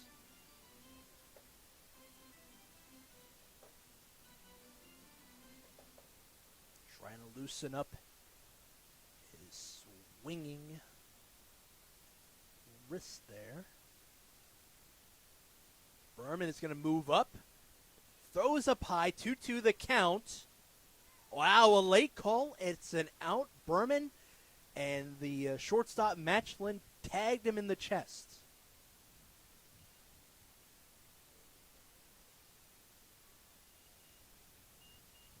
Yeah, it's a great job to just extend the arm right there and keep it there as Berman makes his way into second. Because really the second he starts his slide, he's going to make contact with the glove, and it happens before he reaches the base. 2-2, sent in the air to Peltier. He's able to get onto that one. The other one whistled all the way out in the warning track. Peltier kind of was shaky. It looks like he's good out there. 2 outs. Top of the order for, how about this, the 4th time? Hawkins has a hit. Line drive towards the second baseman. Crease wasn't able to glove it. Kind of hit his head, too, as he was sprawling. He just was face planting the ground. Let's see how he fares with 2 outs. And the middle infielders cheating in the outfield grass. Slight grimace for Hawkins, and he's like, "Yeah, I think I know what's coming up this time." Ahern's in relief of Blackburn. He's got 1 strikeout, and it was against Springmeyer in the 5th.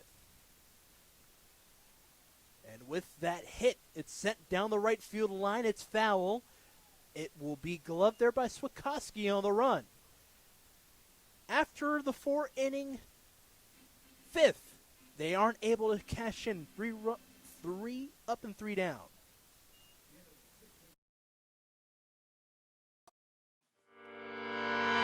Echoes of your words crashing into me. Drown me in your lies, and there's no way to breathe. And my walls will keep you down. I am safe without the sound of you around. It's getting colder, and I'm a storm that's taking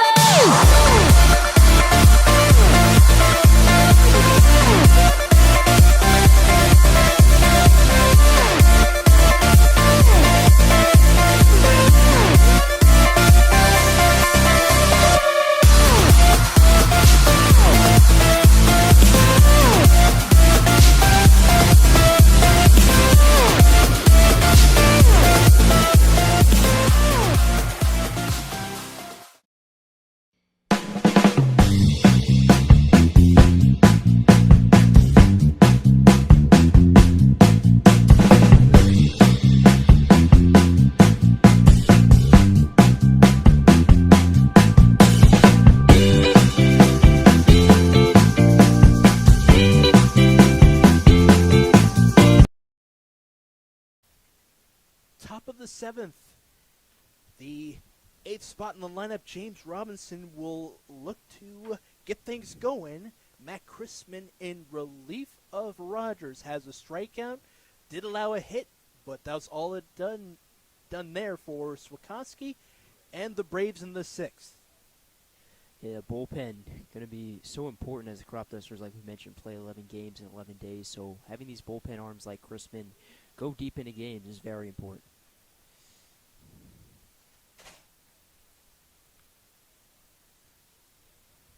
0 for 2 on the day is Robinson. Grounded to Hawkins, then grounded over to Boma, and across the diamond it goes. And this one will be put in the air in the outfield grass. Gosden as well as Duncan. They're both out there, but it's the latter who gets the out.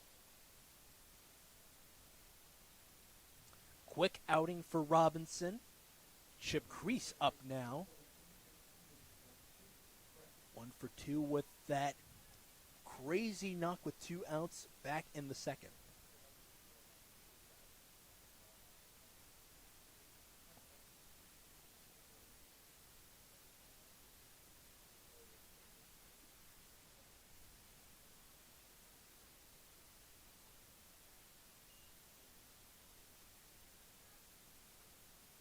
Great look at the plate for Crease.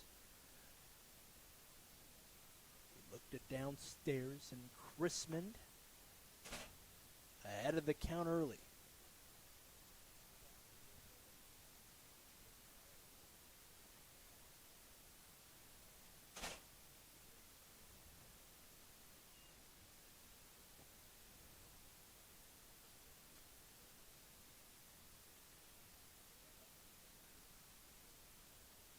Swing and a miss inside.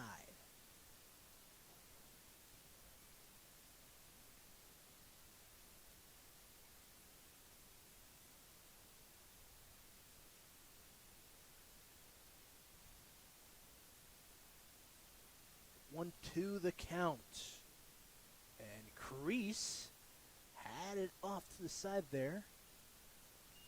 Waring is able to get that out.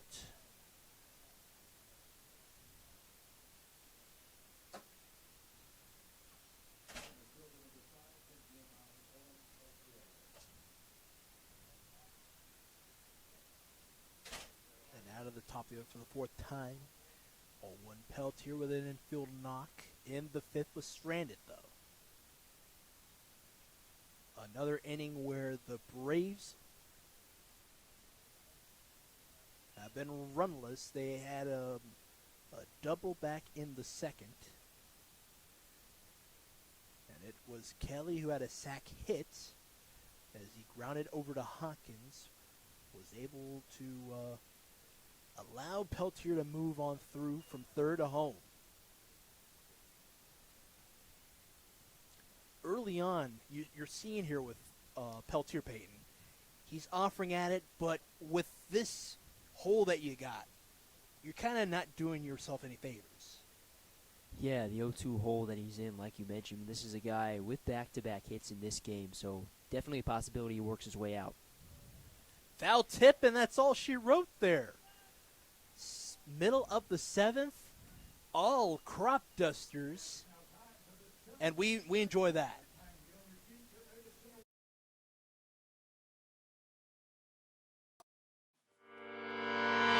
Echoes of your words crashing into me, drown me in your lies, and there's no way to breathe. And my walls will keep you down. I am safe without the sound of you around. It's getting colder, and I'm the storm that's taking over.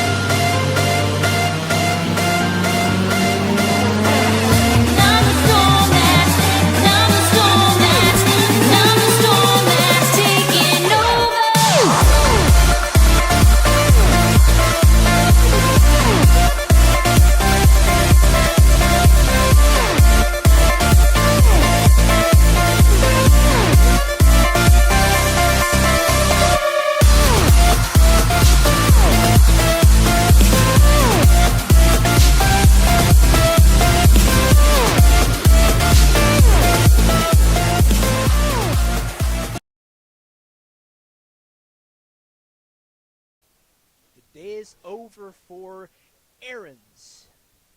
He had a solid outing, just only one strikeout, allowed 2 hit by pitches, 1 to Bell and 1 to Duncan.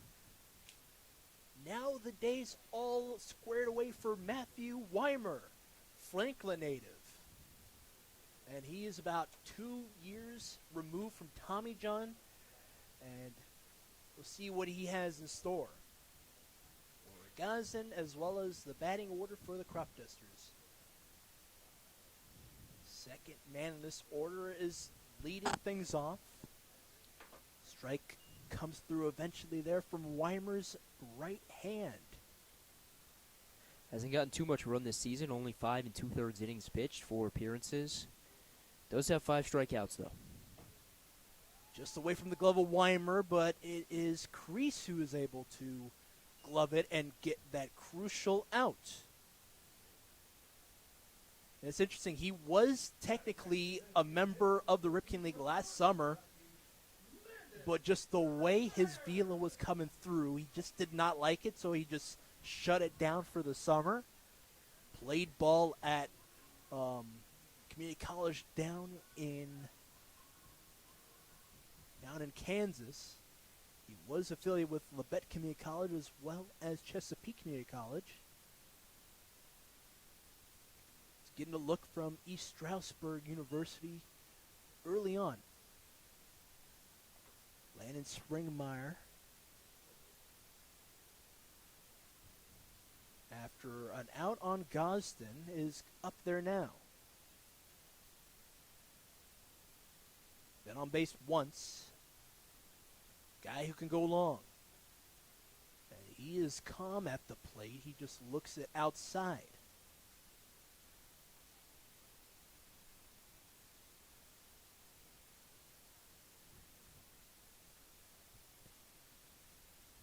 Weimer with the throw. It's just a matter of what sticks for him.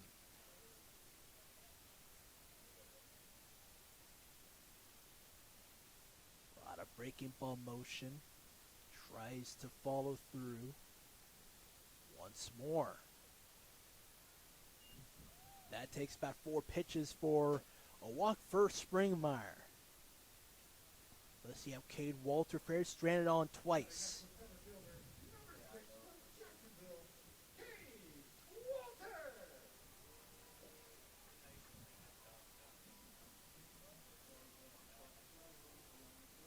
And outside of playing in the summer ball for the Braves, Weimer is a fixture in Lorton in terms of coaching up young prospects.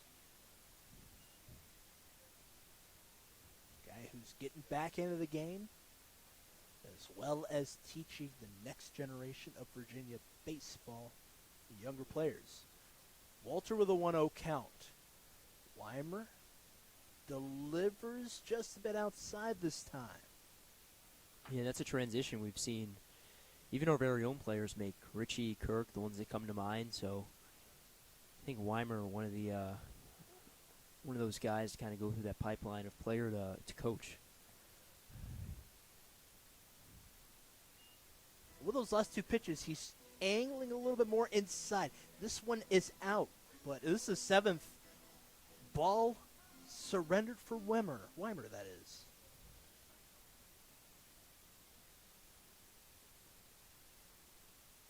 With only 1 out in this inning, a ground out, Walter is heading through.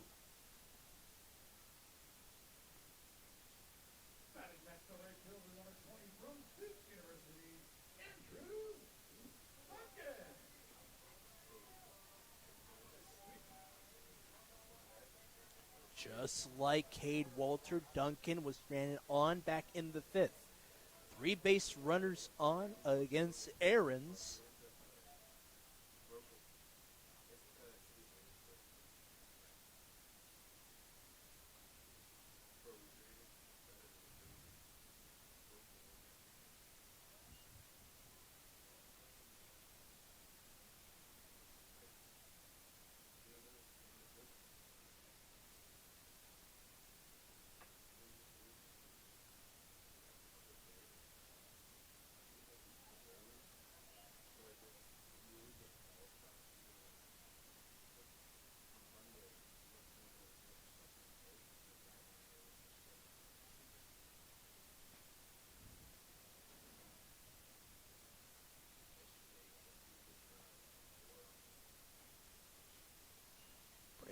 Ball missing for Matt Weimer. Command's been all over the place. Yeah, that's, if I'm doing my math correct, 11 straight balls issued, so definitely not the greatest command so far. Highest point on the summer was that DC Grays game that we keep alluding to. He had 3 strikeouts in relief and a come from behind win. It's Coach Kevin Rudd who has a quick word once more. Duncan still at the plate with a 3-0 count.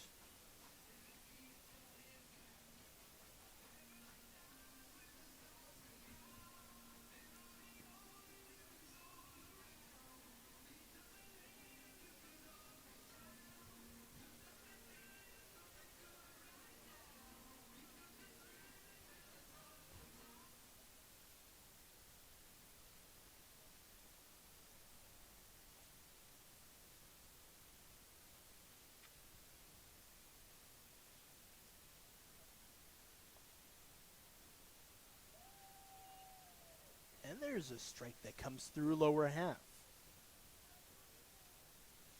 Good for Weimer to settle just there against Duncan. With that mound visit, number 44 Robert Hull from Thomas College is warming up in the bullpen for the Braves. Duncan is aboard. Hit by pitches on the day.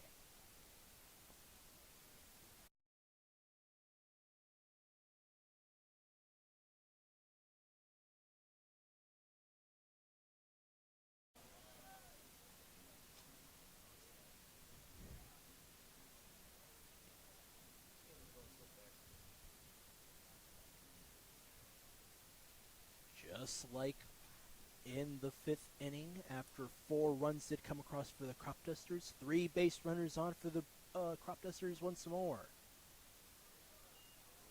Great breaking ball there from Weimer. Settled in there now against Ryan Boma, who had a solo shot early on in the game.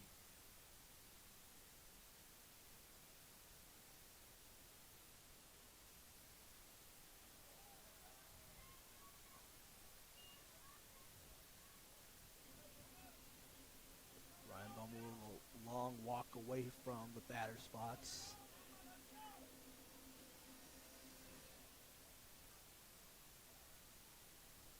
Ryan Boma being willed upon there from this home crowd at First Responder Field, sponsored by Super Rockville Olney. Lifted to the side.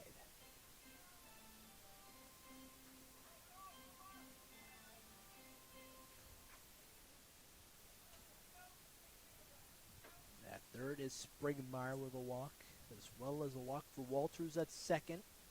Duncan at first. Oh, it angled right near the leg of Springmeyer and foul.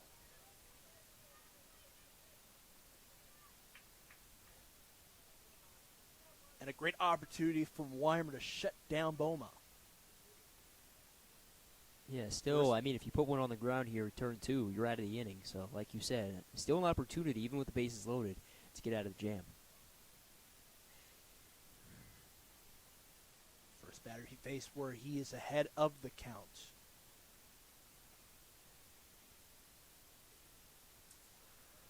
Two consecutive walks. 11 balls overall before the mound visit. It looks like he's able to settle himself through. Last pitch misses a little bit outside and away.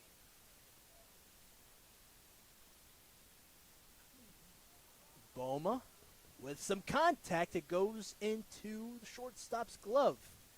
Pop out. Matchlin retires Boma.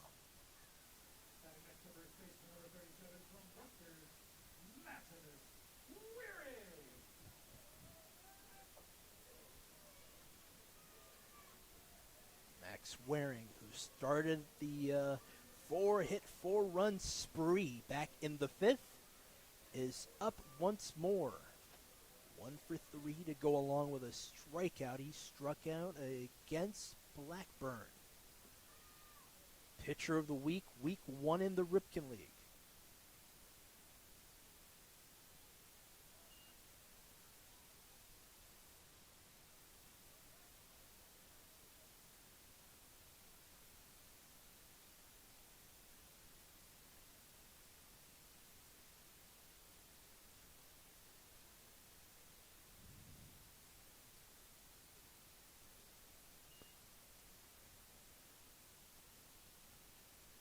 Saw the contact, but it just sets itself to the side of the left. Jamar having a quick word with Weimer.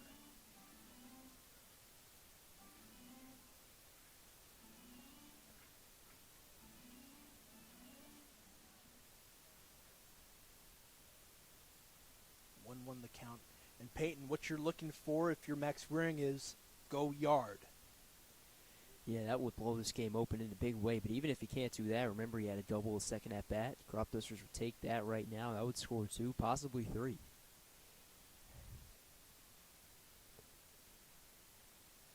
Springmeyer at third, Walter at second, and Duncan at first. Springmeyer retreats back to third. The anxious 6th potential run for the Cropdusters had to move back. 2-1 the count for Matt Weimer. It angled right near the shoulder of Waring. 3 on, 2 outs in this inning. This is the bottom of the 7th. The recent out, Boma, popped out to short. Fastball misses. And here comes Springmeyer with a gleeful run to home. And the score is 6-2.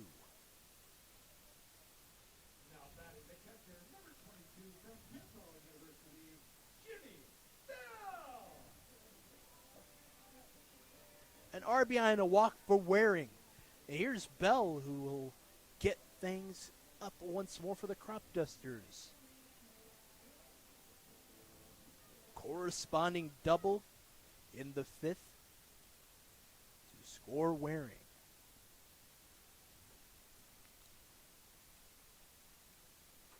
What a beautiful breaking ball that time for Mr. Matt Weimer.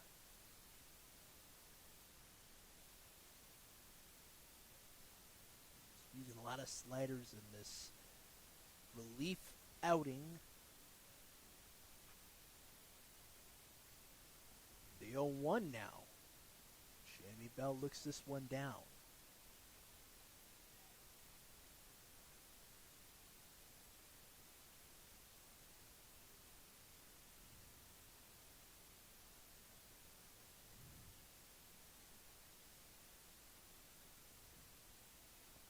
Engaged. Late call from Tremar. It looks like he offered.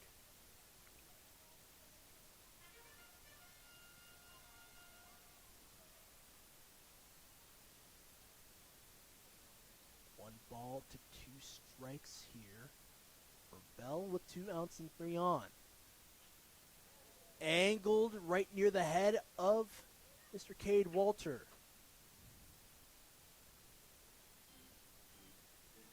Started the summer with 3 Jacksonville University ball players. One of them has head back home, back to Collier County, Florida. Saying hello to Logan Barada back home.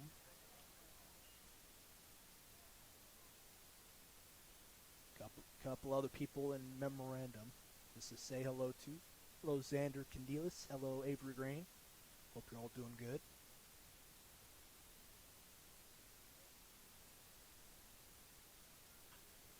And this is sent over to crease. He charged at it and a quick throw to get the out on Bell. Cropdusters do get 1 through. We'll step aside as the home team's up by 4.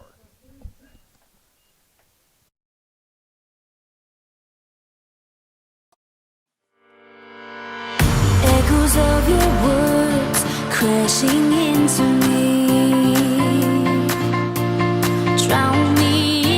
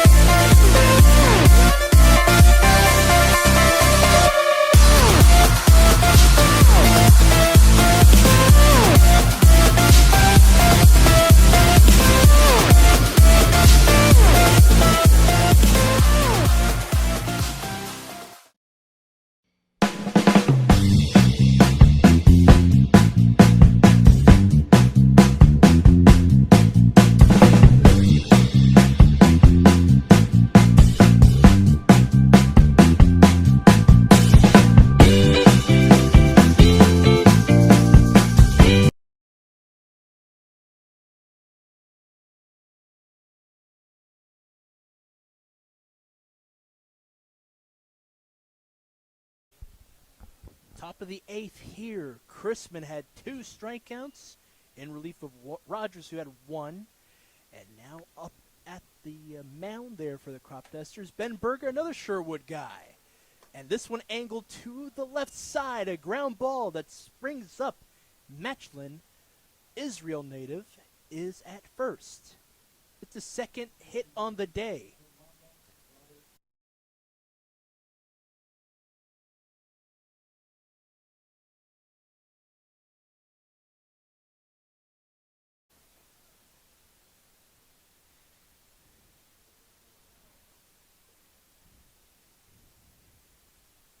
And now to Robert Kelly. Put out twice. Rogers had a clean look at it, and he was able to shuffle it on through in the first. And Robert Kelly, has been very helpful for the Braves. A 2-run go-ahead shot in the 6th inning to beat the Aces. And here's Matchlin, who sets himself at second with a stolen base.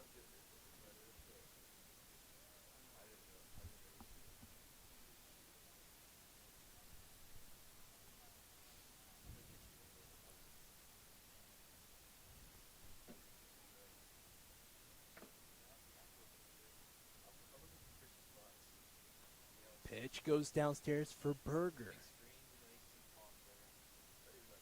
Shout out to the family, Link, as well as Ken Berger.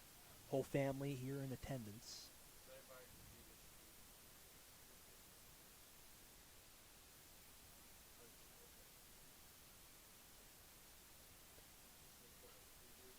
And this one sent on through. It's Walter who has a good look at it. It's off the wall. And out of the ballpark, a 2-run shot. How about Robert Kelly? We talked about it before this at-bat. A 2-run homer early in this July month, and he's able to do it once more. And the lead is cut by 2 runs. 4-2's the score. Yeah, the 2026 Ripken League RBI leader just extends upon that lead. 27 in 26 games coming into tonight, and then a 2-run homer. Give him now 30 on the season.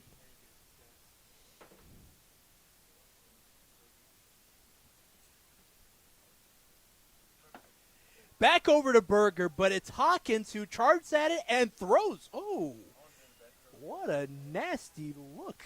Oh, my goodness. That throw from Hawkins had a little bit of an arch. It was just going to beat him all the way through. Lott is out after an offering from Berger.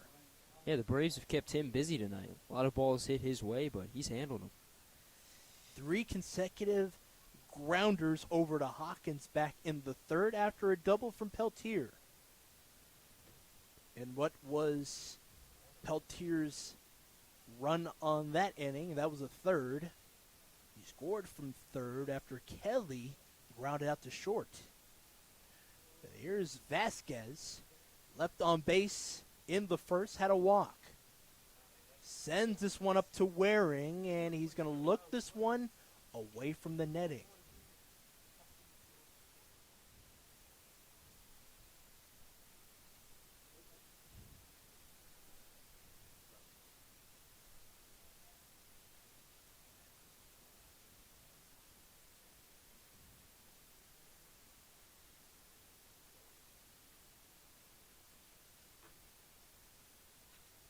Broken bat. Boma is going to charge at it, and the quick throw.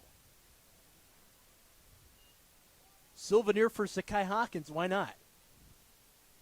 Well, they'll take it away from them. They're treating it like it's a piece of extraterrestrial, what? Like a piece of its UFO, spaceship?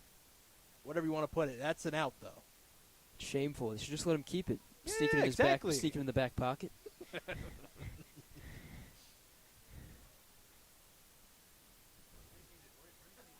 Oh, a big swing and a miss for Swikoski.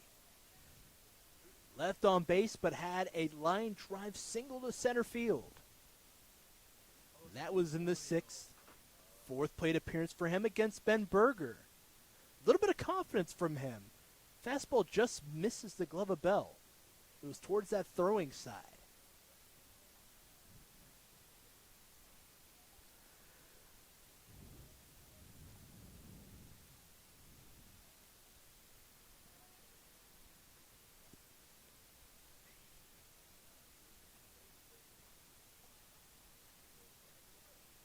Line foul on the 1-0.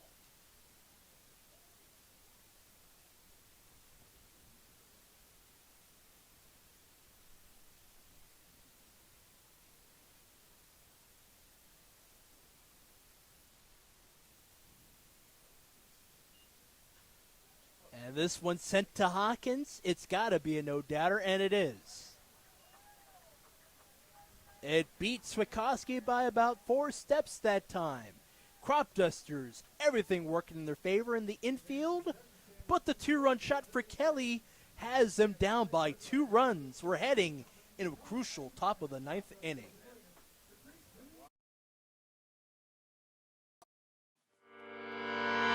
Echoes of your words crashing into me, drown me in your lies, and there's no way to breathe. And my walls will keep you down. I am safe without the sound of you around. It's getting colder, and I'm the storm that's taking over.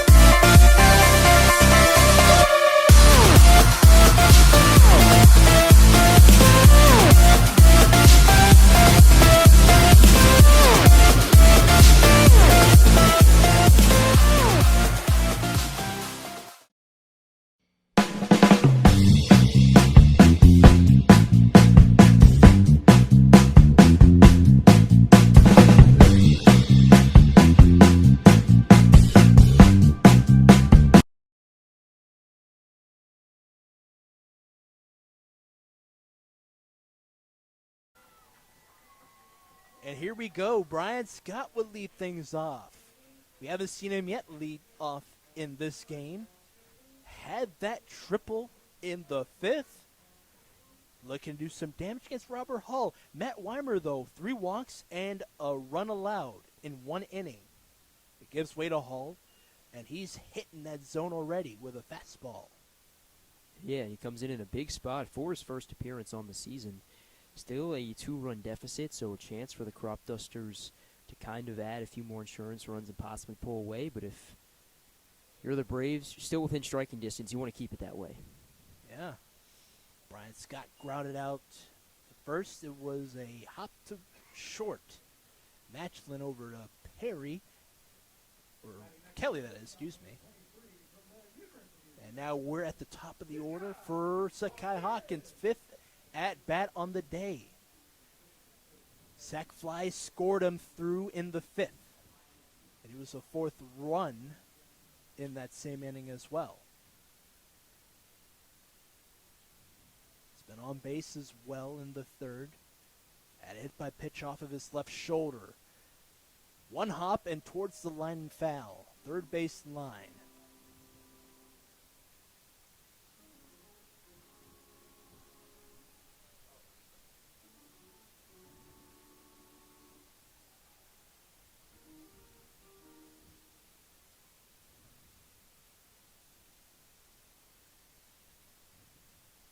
All down in the counts. 0-1. Another one. Either he's crowding the plate or he's just a magnet out there. He's going to take his base at first.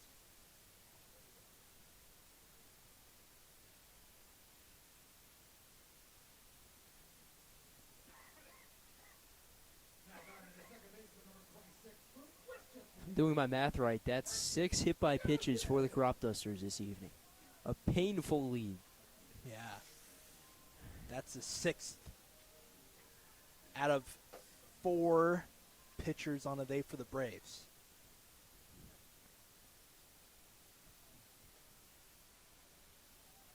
Ball 1, and Hawkins will scoot on through to third.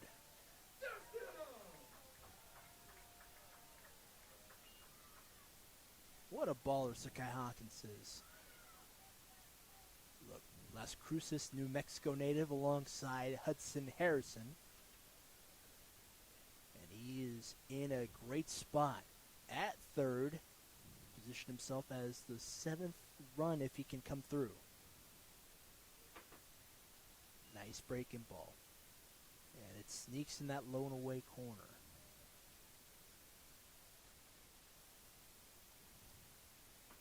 Gosden against Hull.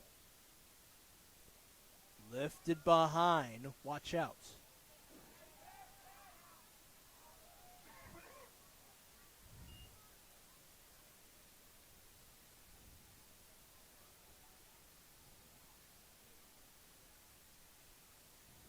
Gosden out on a foul out. Dean Reynolds, who's the catcher out there for Robinson. 2 outs and a man on at third. Hawkins in a 4-6 contest. Cropdusters up by 2 runs.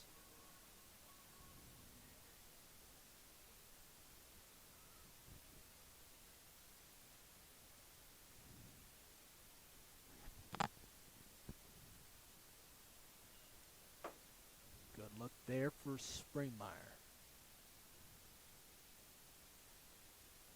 Recently played spring ball for Northern Kentucky University.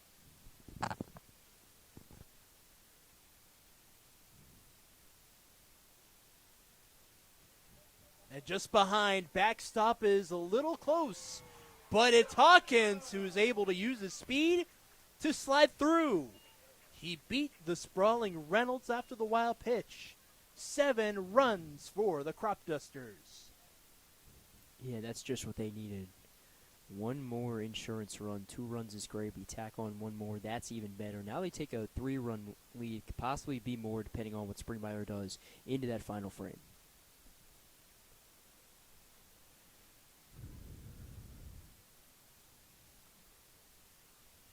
Ahead of the count.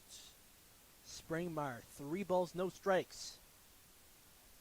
Hawkins, who got on a base on a pitch that grazed his shoulder. He was able to move to third, score there on a wild pitch. Nice fastball comes through to that outer half against Springmeyer. Still a hitter's count, 3 balls to 1 strike. The delivery. And he swings at it down low. Count runs full. And he was ahead, 3 balls, no strikes.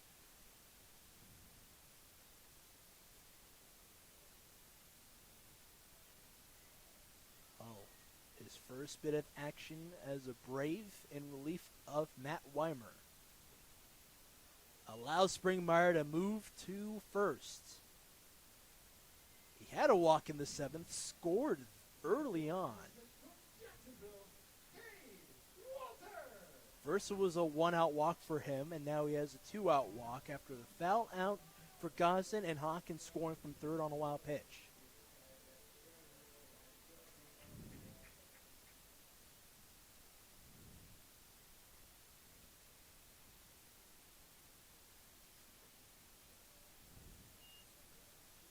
Pitch going upstairs for Hall. Fastball.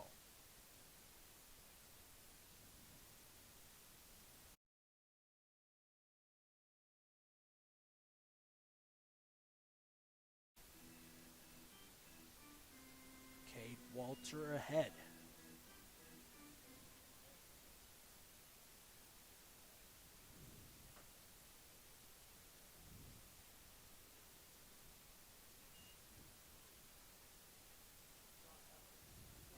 Early in this outing, we did see it. He was making contact, multiple fastballs, slight amount of breaking balls, but the command's starting to get a little shaky there. Looks like Walter is aboard one more time. Yeah, the command's just gotten away from him right now. A hit by pitch. Yes, he gets guys in to pop up, but then back-to-back walks, issue to Springmeyer and Walter. A bad time for the command to be getting away from him here in the bottom of the eighth. Another 2-out walk. Springmeyer's at second with that. And Walter is aboard. Now to Duncan, who was stranded on twice in the 5th and in the 7th.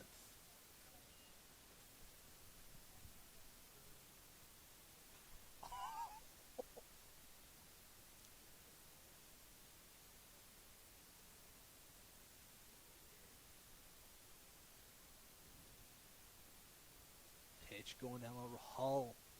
Spins in disbelief. He's like, what can I do to get ahead, see what I can do?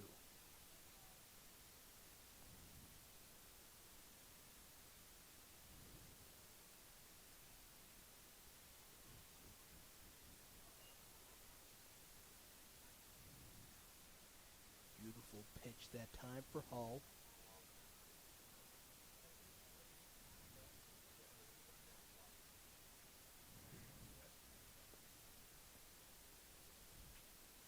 Up in the air, a line drive that drops right behind the crease. Scoring from second is Springmeyer. Scoring from first is Walter. Bases clearing double. Duncan putting on a performance just like what we saw in the All-Star game. He's looked very fun, very good out there. Yeah, still waiting. We were, still waiting for him to kind of have his breakthrough moment in this game. Line out, a strikeout, and then back-to-back hit by pitches, but finally gets the pitch that he wants and comes through in a big way. All of a sudden, Cropdusters, from being in front by 2 to now in front by 5. He learned his lesson, too, not head from second to third. He was sliding through, and that really came in time after he tagged that a line drive towards the left field line. Great ball player, great person to be around. Such a good all-around person. He's aboard at second. Ryan Boma, who had a homer, a solo shot in left center field, is up.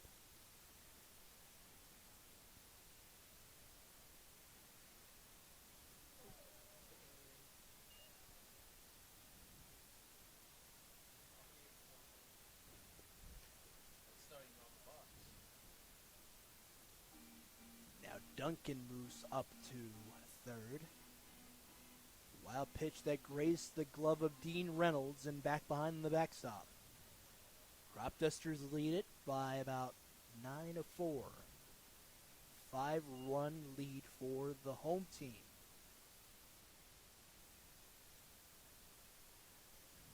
Cropdusters down a game and a half of Bethesda Big Train.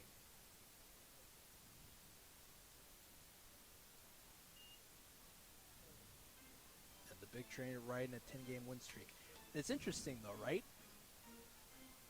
Back on July 1st, I had a quick conversation with Sacalangelo, and he was telling me this is not the most competitive team I've been around, but they're scrappy and they will work you as much as they can. And in those 2 losses, in the first and in the third, it was just less than 3 runs anyways.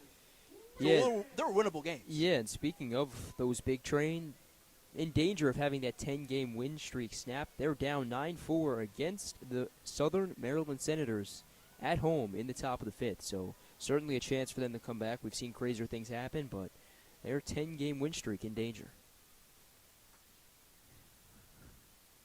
It was all highlighted by 2 wins against the Thunderbolts, 2 wins against the Aces, come from behind wins too. With a man aboard for the Cropdusters, Waring is up at the plate. He was stranded on base with a walk back in the 7th. At third is Duncan. He has not moved up that much. With that previous pitch, which goes as ball 1, he had to collect himself and just head back to third.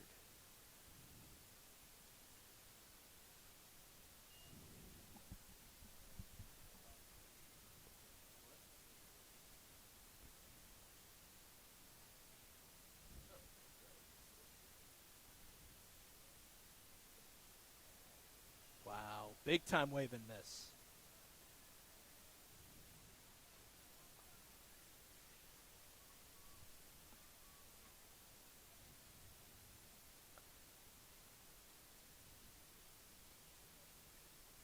Two.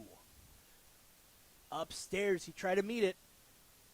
Waring leaves 2 base runners on, not after. The Cropdusters tack on 3 more runs off of that 2 RBI double, line drive to right field for Duncan.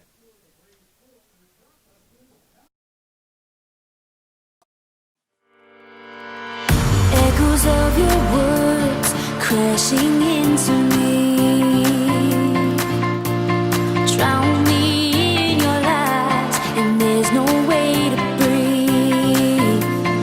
And my walls will keep you down. I am safe without the sound of you around. It's getting colder, and I'm the storm that's taking over.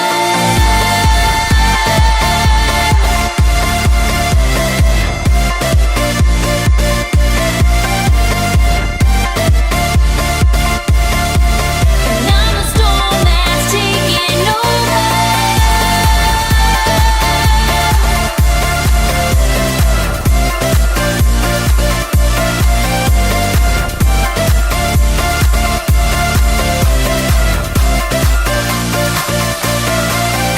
Echoes of your words, echoes of your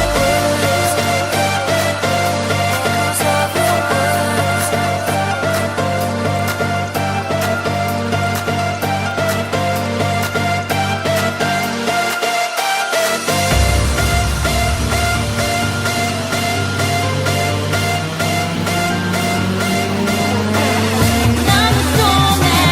I'm the storm that's taking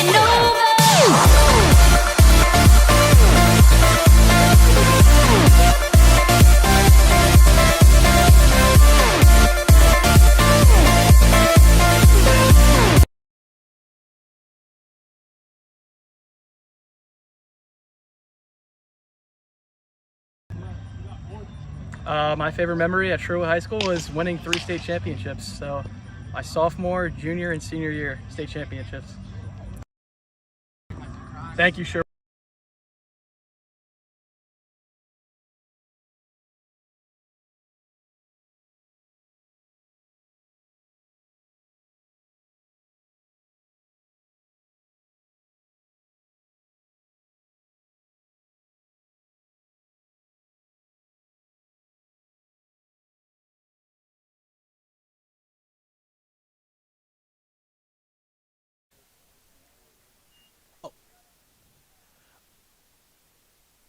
So Ben Jones is going to be in relief of Ben Berger in a crucial top of the 9th.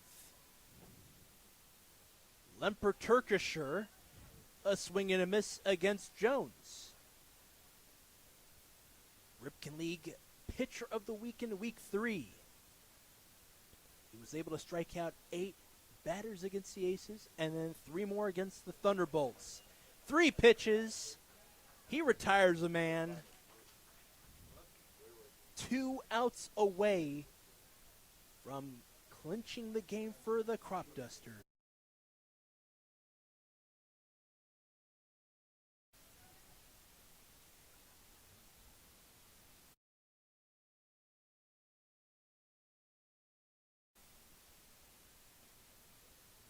Swing and a miss. And he's throwing his hot stuff, Peyton. What's going on in the rest of the Ripken League? Yeah, well, speaking of the Thunderbolts, that was the team that Jones shut down on that Sunday, and they currently trail the Grays 3-1, excuse me, in the top of the fourth. That's at Robert J. Talbot Field down at Catholic University. So a close battle there, but not so much here. Wow. He retires another, this time swinging. And here's Chip Crease. Ben Jones, a closer over at Westchester, doing the deed. He's doing a great job at pitching there.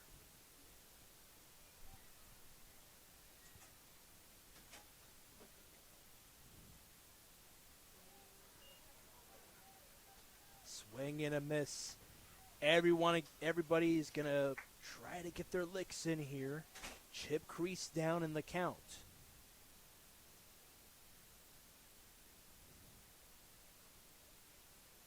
Inner half.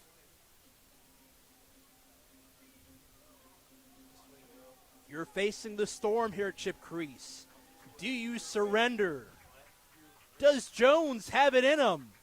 8 strikes thrown. This one will just graze the out and upper corner. 1 ball to go with 8 consecutive strikes dealt through. Westchester guy.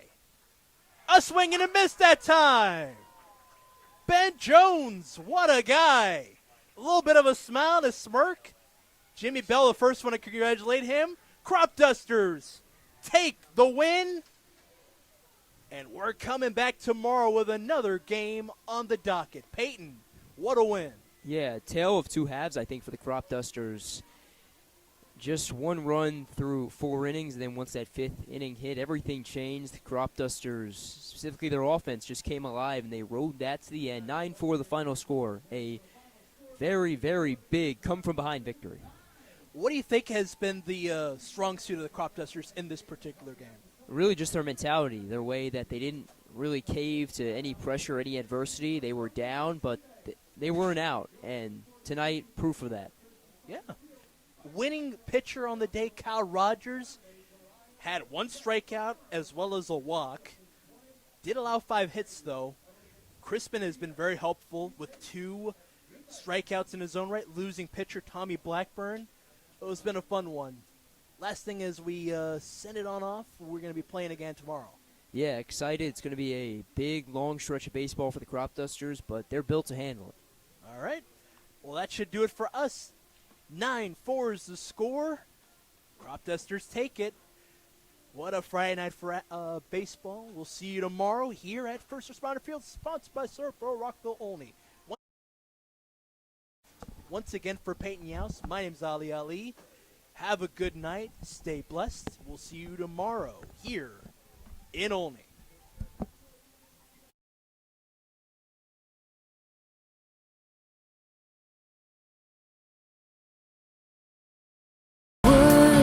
Crashing in.